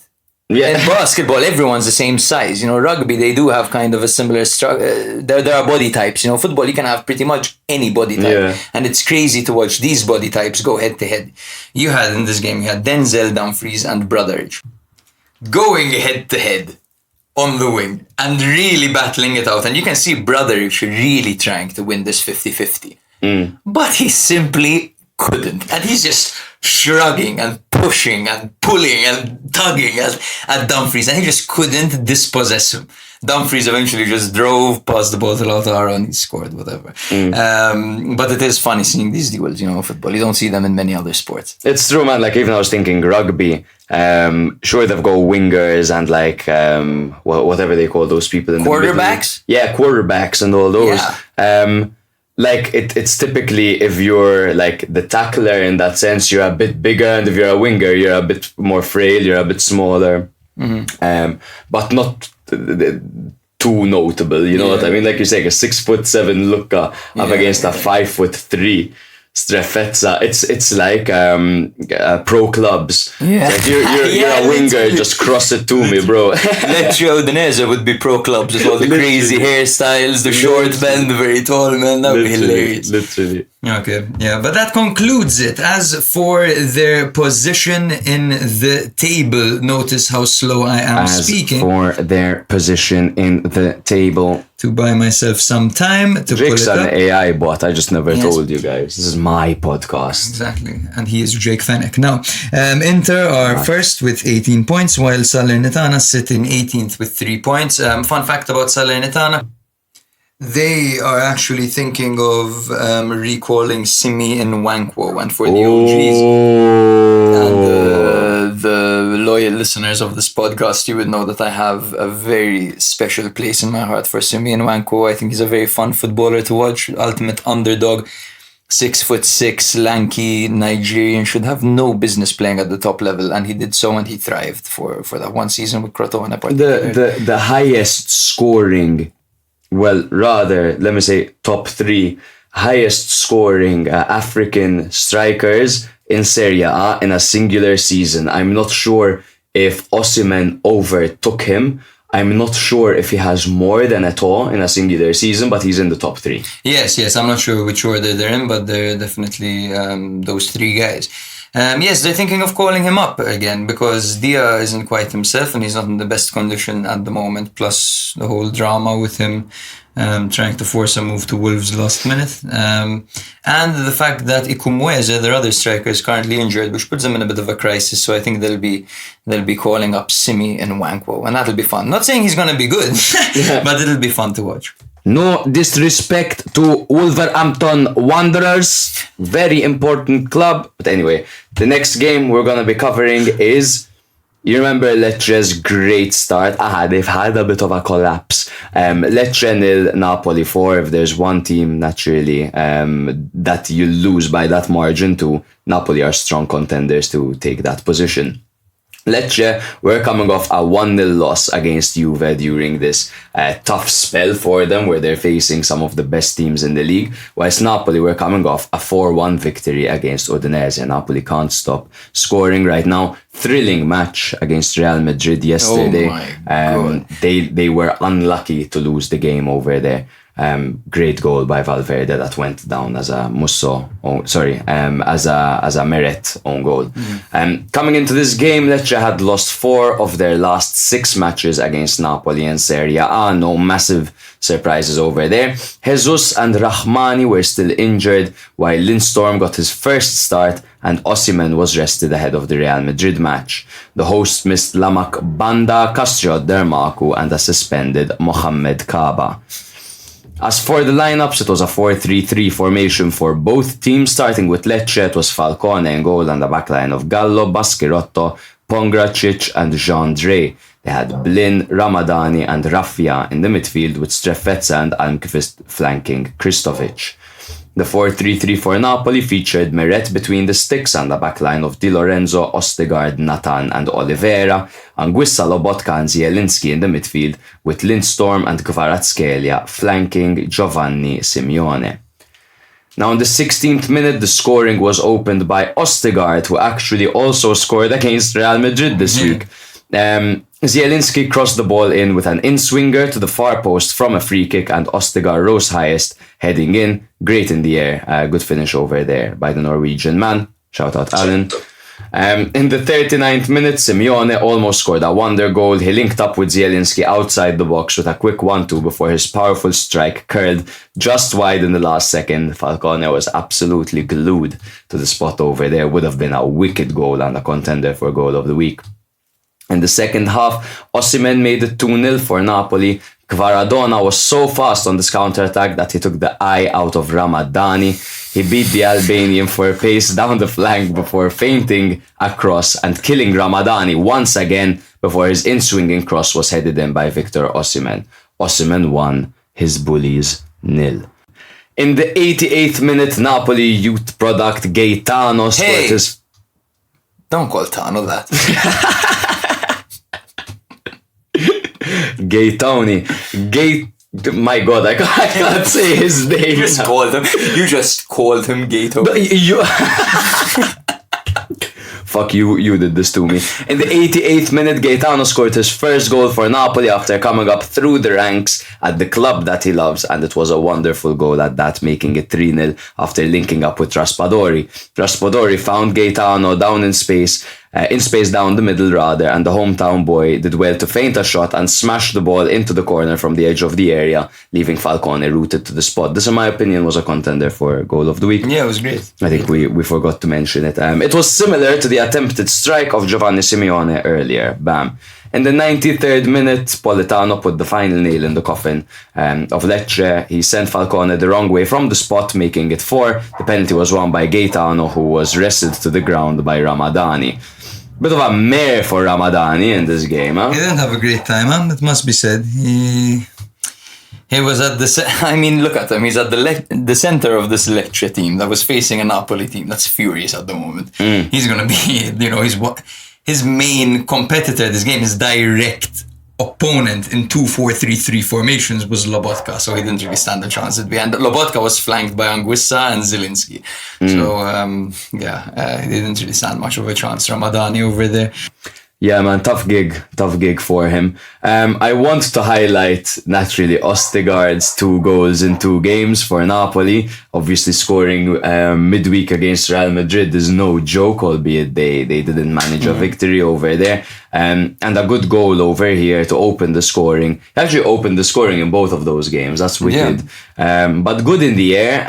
He's still quite a young centre back. He's played in the Premier League before, and with Kim leaving, with Rahmani injured, Napoli had to make do with a new centre back partnership of Ostigard and Nathan. Yeah, a 22-year-old and a 23-year-old. They both looked good, man.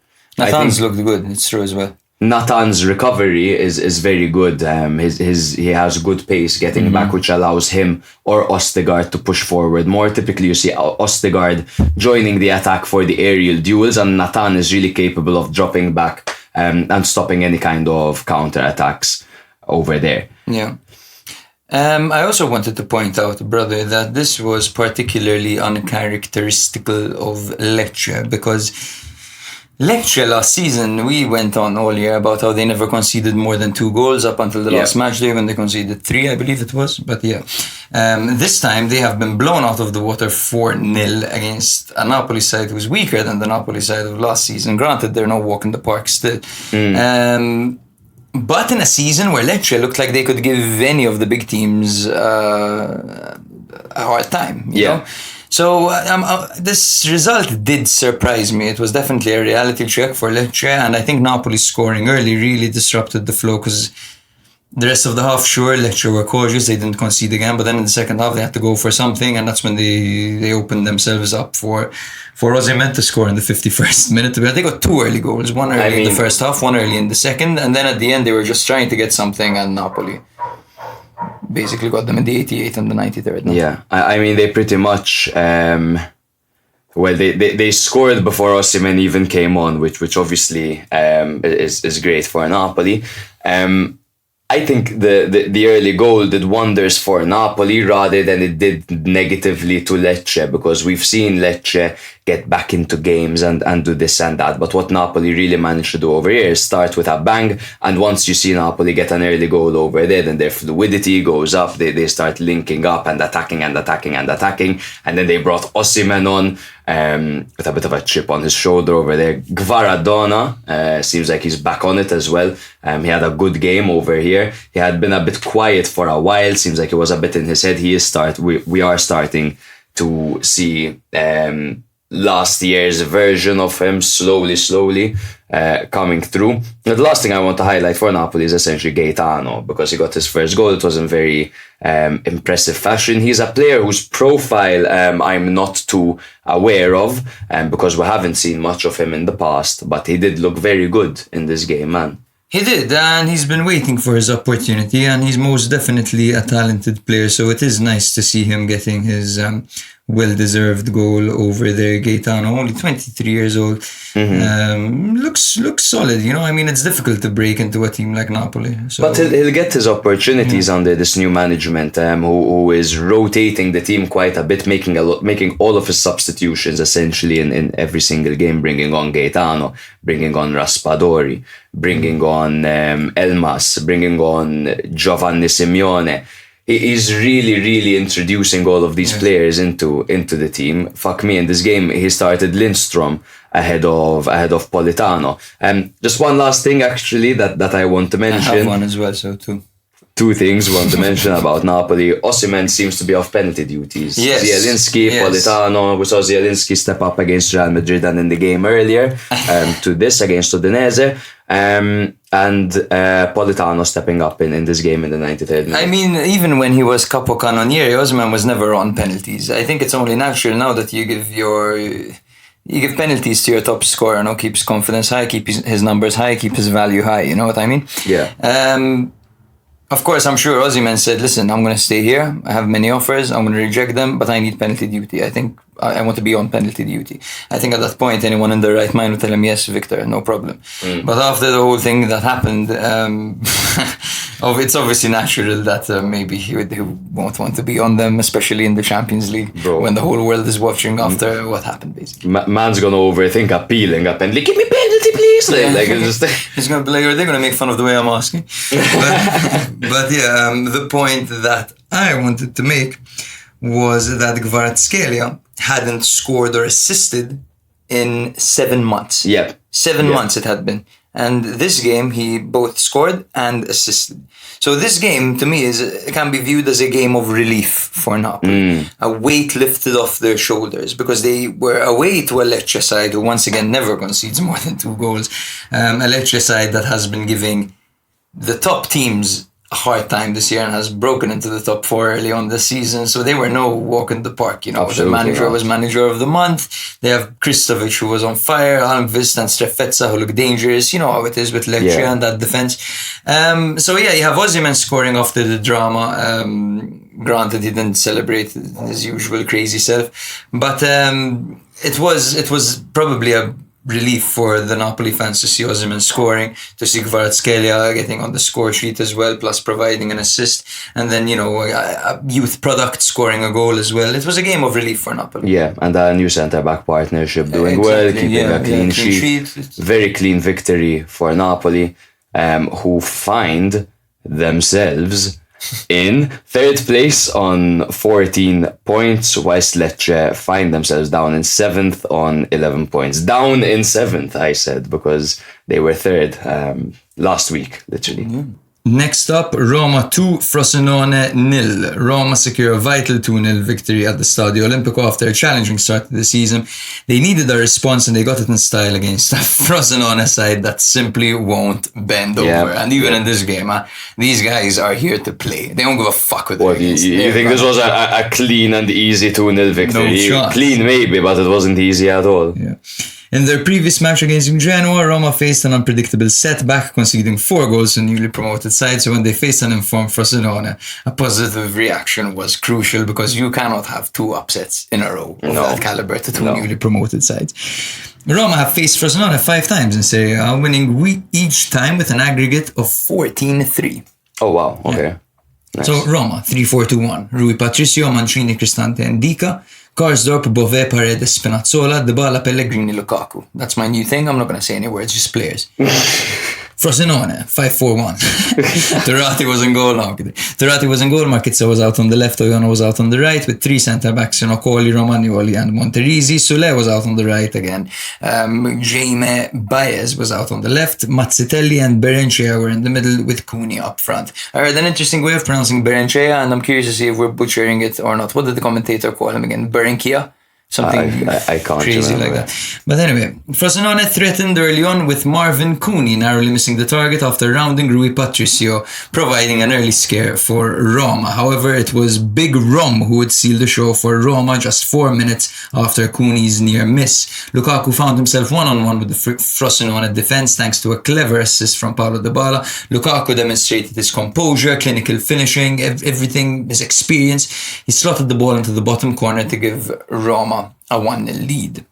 Buoyed by this breakthrough, Roma pressed to extend their advantage before halftime. Surprisingly, it was Frosinone who looked more threatening in the final third. Despite their impressive play, Frosinone struggled with finishing as Cooney and Mazzitelli missed promising opportunities. Lukaku almost came close to scoring a second as well, but he was denied by the talented Stefano Turati.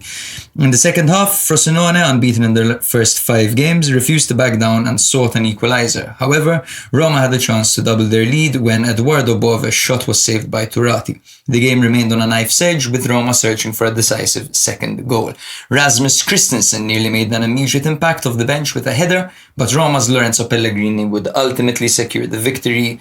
Honestly, seconds after Matthew asked for it, because he has some on fantasy football. He went, give me a Pellegrini goal, please, and he got it immediately. Yeah, I have Pellegrini in the other one, Okay, so you won't see him in my team. But I won this one in our 6-1, so I didn't need anything. All I needed was a Pellegrini goal to win the other one. Apologies for bringing up the other one. Yes, the other one shan't be mentioned again. In the 75th minute, of course, this was Pellegrini capitalized on a superb delivery from Dybala, tapping the ball into the back of the net. This goal sealed the win for Roma, provided a much needed morale boost. So what can we talk about over here, bro? Let's start off by praising Paulo Dybala, who's been run to the ground in this tight fixture list, playing every game, and he still managed to get 2 assists and looked quite sharp this game. Yeah, well, thankfully he's fit in this period for them. tight period, because Lukaku looks fucking good. Yeah. And I think a large reason to that is Paulo Dybala. I think the striking partnership of Dybala-Lukaku is one that I really see working under Mourinho and with the team around them. It's the classic. You've got a small creative one that's going to create space for Lukaku, for the big guy. He's going to feed him. He's great around the box and inside the box and at carrying the ball forward, whilst Lukaku is there for aerial prowess, a lot of power, back towards goal, laying it off to him. It's a match made in heaven. They complement each other really well. They really do. And they showcased it really well in this game, man. Yeah, totally agree with you. I must say as well that Frosinone tactically were set up pretty well, because they did have their opportunities.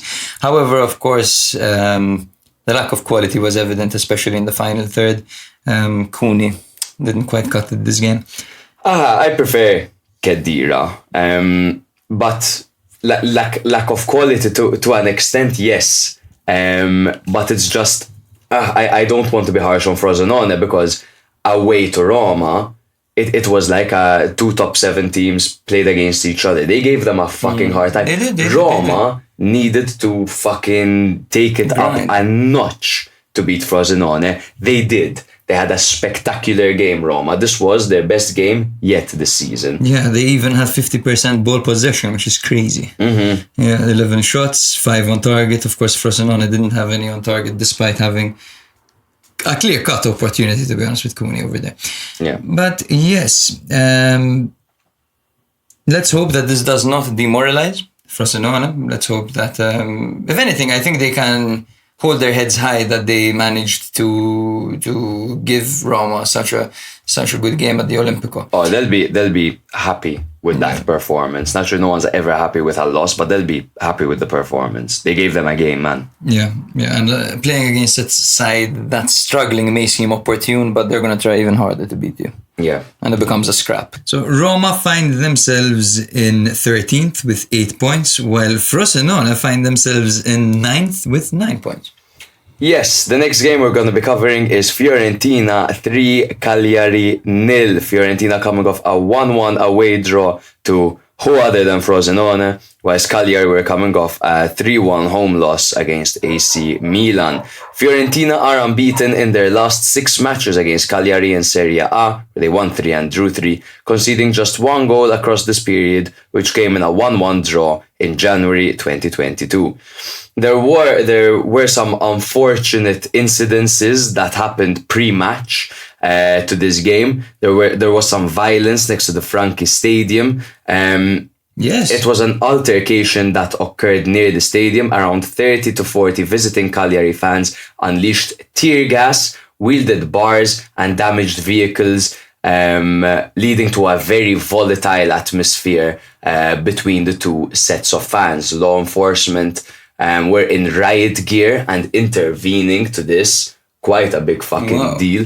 You know who was leading the charge in this Cagliari protest? It's the guy from the video we posted. Which one? Oh, you know the one. Moving on. So yes, that created quite a hostile atmosphere. Don't think that shit doesn't affect the players. Go watch a Conference League final and see. Injuries. Fiorentina had Castrovilli, Dodo, Mina and Pierozzi out, whilst Cagliari had Jankto, Lapadula, Mancosu, Rog, Capradossi and Desogus. Whoever those last two are. It was a 4-2-3-1 formation for Italiano's men with Terracciano on goal and the backline of Parisi, Martinez Quarta, Milenkovic and Coyote on the right. Duncan and Arthur in the double pivot with Brecalo, Bonaventura and Nico Gonzalez playing behind Beltran. 4-4-2 for Cagliari, Radunovic in goal. Christ be with me, give me a second. Hatzidiakos on the right with Vieteska and Dossena as the centre-backs with Augello on the left. Zappa, right midfielder, Nandez, left midfielder, Deola and Makumbu, two centre midfielders, with Shomorodov and Petagna up front. That was the least sexy way I've ever said a lineup ever. That was horrible. No, mine was better when I said the names. It's true, I'll just start doing that. Hatzidiakos. In the 3rd minute, Gonzalez opened the scoring. I also asked for that. Radunovic failed to gather a cross as he collided with Dossena, the centre-back, and the ball fell to Gonzalez, who finished into an empty net. Very easy goal for him, but you know what, right place, right time, man's on hot form. In the 7th minute, Milenkovic won the award for the stupidest back pass in history after passing it directly to Nandez without even looking up. He wasn't looking up, he just passed it softly, like he's gonna pass back to his keeper. He was, bro, if I was the manager, I would have killed him. Like, it was so lackadaisy. It's frustrating to watch. But anyway, Nandez was clean through on goal, and despite rounding Terracciano, he was unable to score, as it was Coyote who cleared the ball off the line. In the 21st minute, Dossena put the ball into the back of his own net, making it 2-0 for Fiorentina. He failed to react to Coyote's low cross in time as the ball struck his leg and hit the back of the net. Nightmare for him. He was also the one that collided with Radunovic in the first goal, so very unfortunate game of football for him over there. Fiorentina held on to position for the majority of the rest of the game over here, which is an observation we really showcased to the girls, being like, look, you think they're attacking right now because the girls They wanted that Nzola goal. And they got it in the 93rd minute. Wasn't enough for them, but great to see Nzola get on the score sheet. It was Mandragora who hoofed the ball upfield from very deep into his own half, and Nzola did very well to use his strength and the pace of the ball to round Vieteska before chipping the ball over Radunovic. He looked kind of emotional about his first goal for the club. I think Nzola is a player that has had many a high and many a low. I think Fiorentina strikers, for some reason, do tend to struggle, but good to see him get off the mark, because maybe opening 7 matches without a goal as a player that scored so many with a struggling Spezia before was starting to get a little bit concerning, but good to see that over there. Cagliari are struggling, naturally. They are one of the few teams who haven't gotten a win yet. I believe the other ones, there are Cagliari, there's Udinese, and there's Salernitana, 3 off the top of my head. But they're struggling, and Fiorentina, on the other hand, are flying at the moment. They've had a very, very strong start to this season. They have 3 wins and 2 draws in their opening 6 matches. They do have 1 loss that came against Inter. Very identical start to Juventus over here, who also have 3 victories, 2 draws, and a loss, as you mentioned earlier. But their only defeat being against Inter is very much like Milan. So I do think that this Fiorentina team is being underrated this season. And how good, brother, is Nico Gonzalez, and what a start he's had. 4 goals in 6 games for him. Nico Gonzalez is fantastic, and his bounce back has been remarkable, as last season at this time he was nowhere to be seen, and Italiano was criticizing his mental state, saying he's mentally unavailable, Gonzalez. So nice to see that whatever he was going through, he's put it behind him, and that he's displaying his phenomenal skill, quite frankly, because he's even sought after. He's been sought after from the Premier League as well, because he's a fucking good player, you know. And let me tell you what, underrated, slept on. Nico 10 is the way to go for his shirt. We've seen him sporting a different number. We've seen him sporting Gonzalez at the back of his shirt. Nico 10 is a really, really nice kit, and Fiorentina do have a nice kit. And he took the 10 from Castrovilli, an active player. That's fucking strange. That's weird. Huh? But he's also that's probably some negotiation. Huh? Yeah. I'll stay, but give me Castrovilli's 10. It's an awkward conversation to have with Castrovilli. Yeah. And can you please explain to me what's going on with Jorko 11, by the way? Ikone, he was coming on, and I'm like, who on earth is Jorko? Bro, who is bro?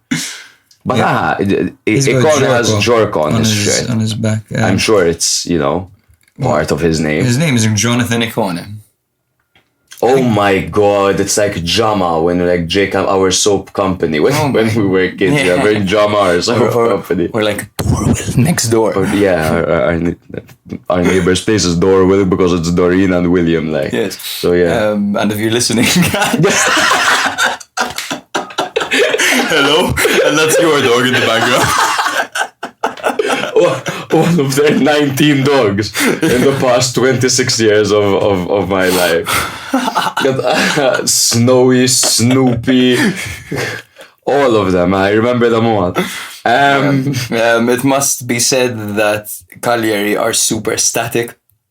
And even their players who are meant to be dynamic don't quite show that. Shomorodov was looking a bit leggy.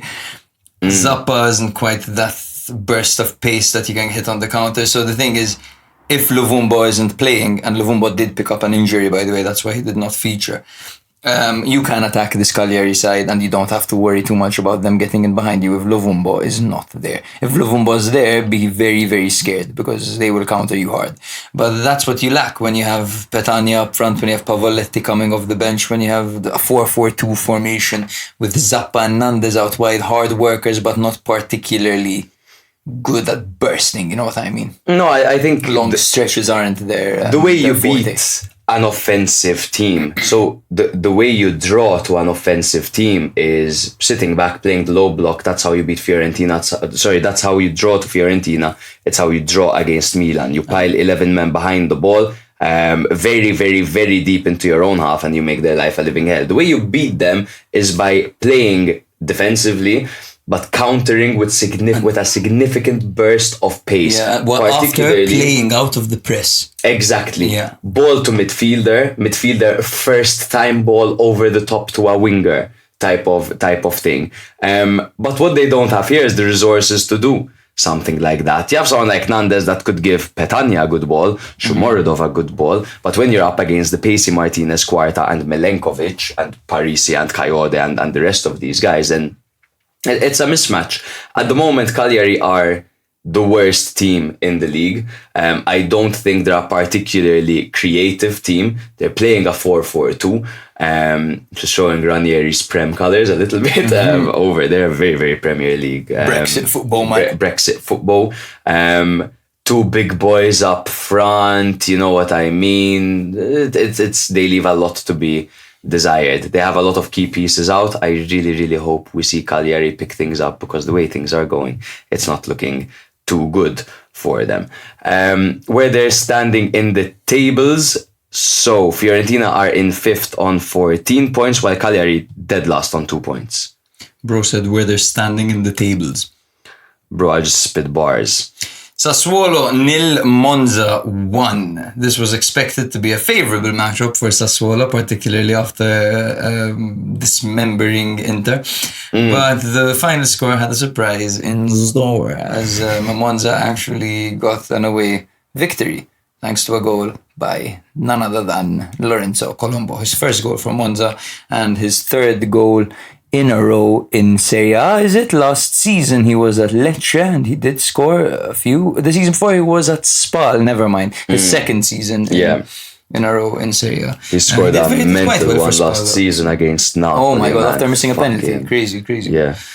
As for the lineups, Sassuolo had their 4-2-3-1 formation with Andrea Consigli in goal, Toljan on the right, Vinia on the left, Erlich and Ruan at the back, with Bolocca and Henrique in the holding midfield positions, with Berardi out on the right wing, Lauriente out on the left wing, Thordzvet in the pocket, and Pinamonti up front. For Monza, it was a 3-4-3 formation with Di Gregorio in goal, Carboni, Mari, and Caldirola at the back. The I was going to say the 3 C's, but there are only 2. Georgios Kyriakopoulos is out on the left, Patrick Churia out on the right, Gagliardini and Pessina forming a midfield duo, while Danny Mota was out on the left wing, Colpani was out on the right wing, Lorenzo Colombo was up front as the lone striker.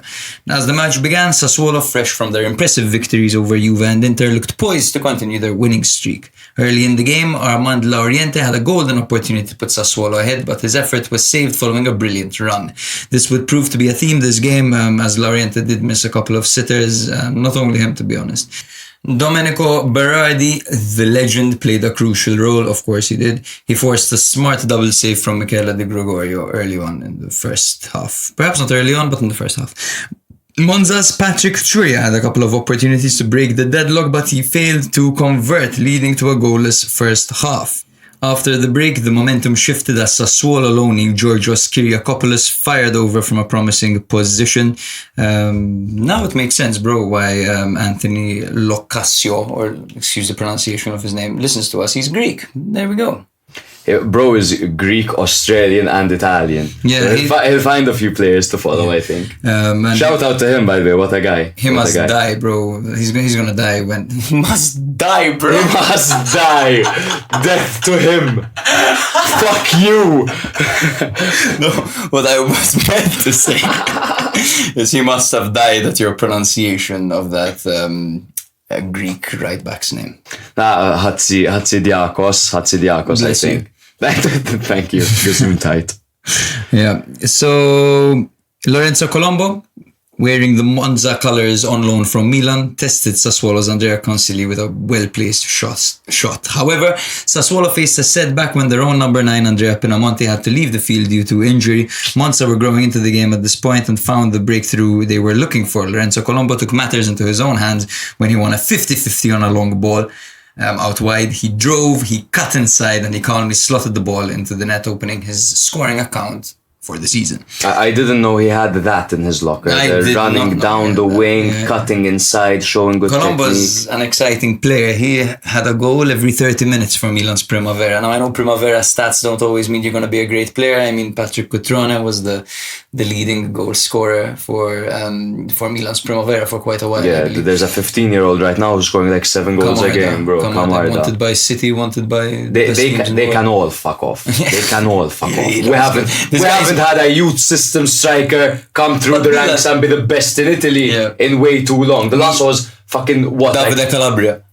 He's not a striker. He's the best in Italy. But like a pathway kind of thing. Yeah. And who didn't come up through the ranks, was from a young 17 years old, 18 years old, like that. That's true. Camarda, you're the one, bro. Please do it. We'll see. It's always complicated with you. This guy's 15 and scoring with the Primavera. It's crazy. Mm-hmm. I mean, in 2 years, we'll be seeing him with the first team for sure. Just a little bit. Yeah.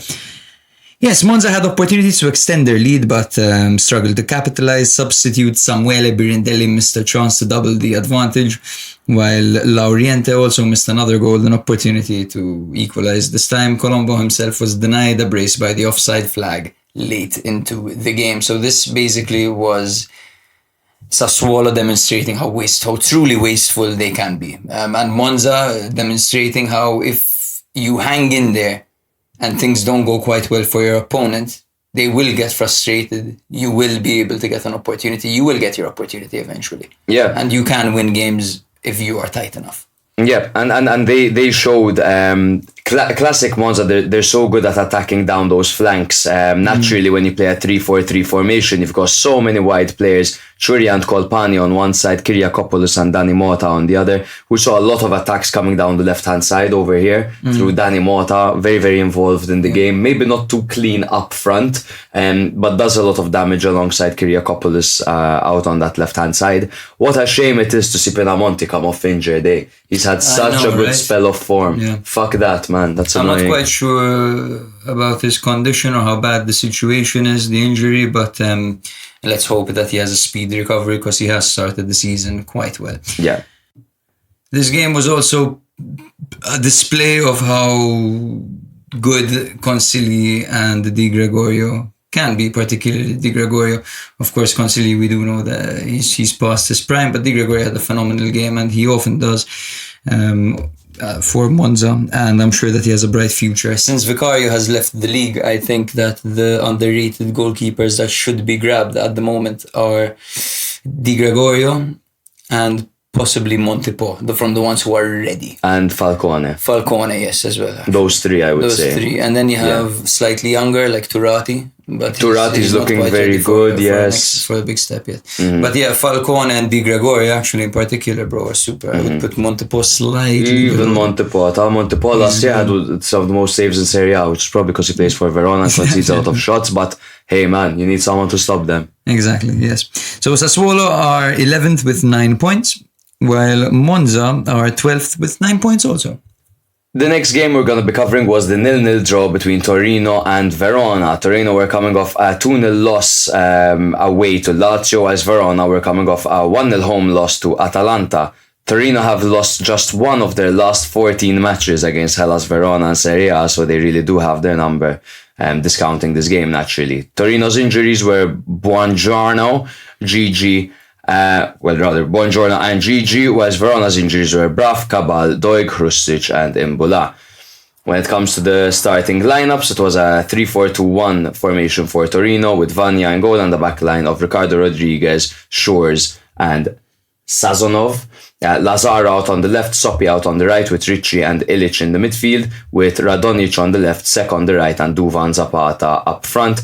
Also a 3-4-2-1 formation for Verona, with Montepo on goal and the backline of Magnani, Davidovic and Amione, Terracciano on the right, Lazovic on the left, Duda and Folorunsho on the middle, with Ngonj and Suslov playing behind Cruz. We should go on one. Our mother is on one right now. Roasted.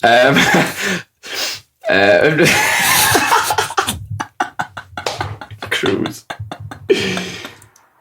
That was great, yes. A youngster brought in from Argentina, making his first appearance for Verona and his first appearance in Serie A. Torino were actually the team that looked more positive in the first half, getting close through Sek and Lazaro, but Montepo was on top of it. You just complimented him, and rightly so. He had a great match over here. Verona threatened in the 68th minute as a Falcone cross hit the crossbar. However, it was meant to go to Juric. Juric hit a bicycle kick from close distance in the 75th minute, but it went straight into Vanya. Not much else happened in this game. It was a tight and cagey affair. However, Torino are showcasing that they do struggle to secure wins despite their positive performances. Do you agree with that? I totally agree with you, and it's also worth noting that Verona can really shut up shop well. These were two teams who can shut up shop very well. Yeah, that's it. Yeah, a lot of defensive battles and aggressive play over here. You saw both teams trying to utilize their physicality and their strength. They are two very physical and strong teams. And naturally, when two very physical teams collide, well, it gets physical.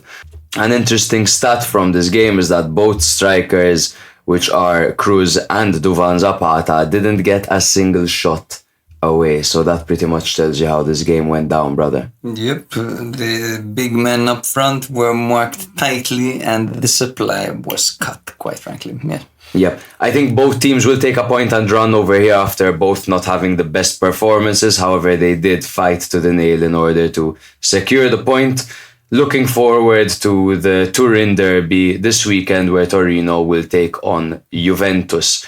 Torino find themselves in 10th place on 9 points, whilst Verona find themselves in 15th place on 8 points. I'm also going to be doing the next game that we are going to be covering, which is Udinese 2, Genoa 2. Udinese were coming off a 4-1 loss against Napoli, whereas Genoa were coming off a 4-1 victory over Roma.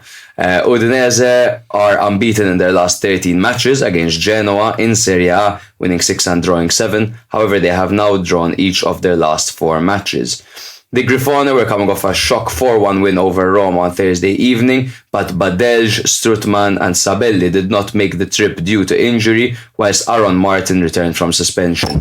Udinese were still without a victory, and the absentee list included Ezibwe, Ebosse, Delafeu, Brenner, Cabasele and Semedo, and a couple of other Pokemons too. It was a 3-5-2 formation for Udinese, Silvestri in goal, Christensen, Bijol and Perez at the back, with Kamara on the left, Bosello on the right, and the midfield three of Sandy Lovrich, Wallace and Pereira. Success and Luka formed the front two. It was a 3-5-2 formation also for the visitors, with Martinez in goal and the backline of Dragusin, Bani and Vasquez. De Winter on the right, Haps on the left, and the midfield three of Thorsby, Frendrup and Malinovsky. Goodmanson and Retegui started alongside each other up front. In the 14th minute, Goodmanson opened the scoring. He smashed the ball into the top corner from the edge of the area. Frendrup provided the pass after collecting the ball from a misplaced Silvestri pass. In the 23rd, Lucca made it 1-1. The Italian giant smashed a half volley into the back of the net from point-blank range after Haps failed to deal with a cross. In the 28th minute, Goodmanson slotted into the bottom corner, but Haps was offside throughout the build-up, leaving the score at 1-1. Just before the half-time whistle in the 41st minute, Goodmanson made it 2-1 for the away side. Retegui got the assist. It was a 2v3 situation. Retegui played the ball to Goodmanson, who cut inside past the defender and slotted the ball into the near corner after a deflection of Christensen's. Stroke of luck, but good combination from the two strikers. In the 91st minute, and then after a second half of Genoa hanging on for this victory, their substitute Matturo put the ball into the back of his own net. A corner was whipped in by Samardzic and Silvestri failed to claim the ball. There was an open net and the young Uruguayan Muttaro headed the ball into his own net minutes after coming on. Very unfortunate for the youngster who obviously got an opportunity over here and it just didn't go his way. It happens and we hope he bounces back. Good game of football over here. 2-2 was the final result. Obviously Goodmanson getting both goals there for Genoa. He now has 3 goals this season, 18 successful dribbles. Nobody has more. He's the first player from Iceland to score 2 goals in a single Serie A match. And he seems to be getting well with his teammates and especially his manager Alberto Gilardino, who he said he looks up to a lot and they share a lot of. Well, Gilardino shares a lot of advice to Goodmanson, who listens like a good student. Goodmanson comes from 4 generations of footballers, both from his mother's side and his father's side, which is cool to see that he's managed to keep that up. Udinese still haven't gotten a victory this season, and they struggled to get a point. They got a point through a last-minute Genoa own goal. Needless to say, Udinese are struggling. What do you make of them so far? I think they're the type of team that has to grow into the season. Things aren't really going their way at the moment. They will have growing pains. Lucca is a young striker. He just scored his first goal right now. This game, Pereira has only just come in after attempting to leave. So Samardzic was pretty much their only creative outlet up until that point. But now they have a few members who can actually make a difference together, and I think that they can improve. Yep, I think time will be their best friend in the season, correctly said. Naturally, we do need to move on from this game, guys, because we spent a lot of time actually discussing the previous match day. Udinese do find themselves in 17th place, just out of the relegation zone, on 4 points, whilst Genoa find themselves in 14th on 8 points. The next game, the final game that we're actually not going to be discussing because we're going to hand over to our friend Luca from Bologna. And Bologna beat Empoli 3-0 and Orsolini scored a fantastic hat-trick over here. And before we hand over to Luca, brother, I just want to ask you, does Orsolini deserve a spot in the national team? Absolutely, and I don't think it's a debate. Yeah. There are, they've got their left-hand side sorted with Chiesa. And the right-hand side is competition between Berardi and Orsolini. Yeah, I mean, he doesn't necessarily have to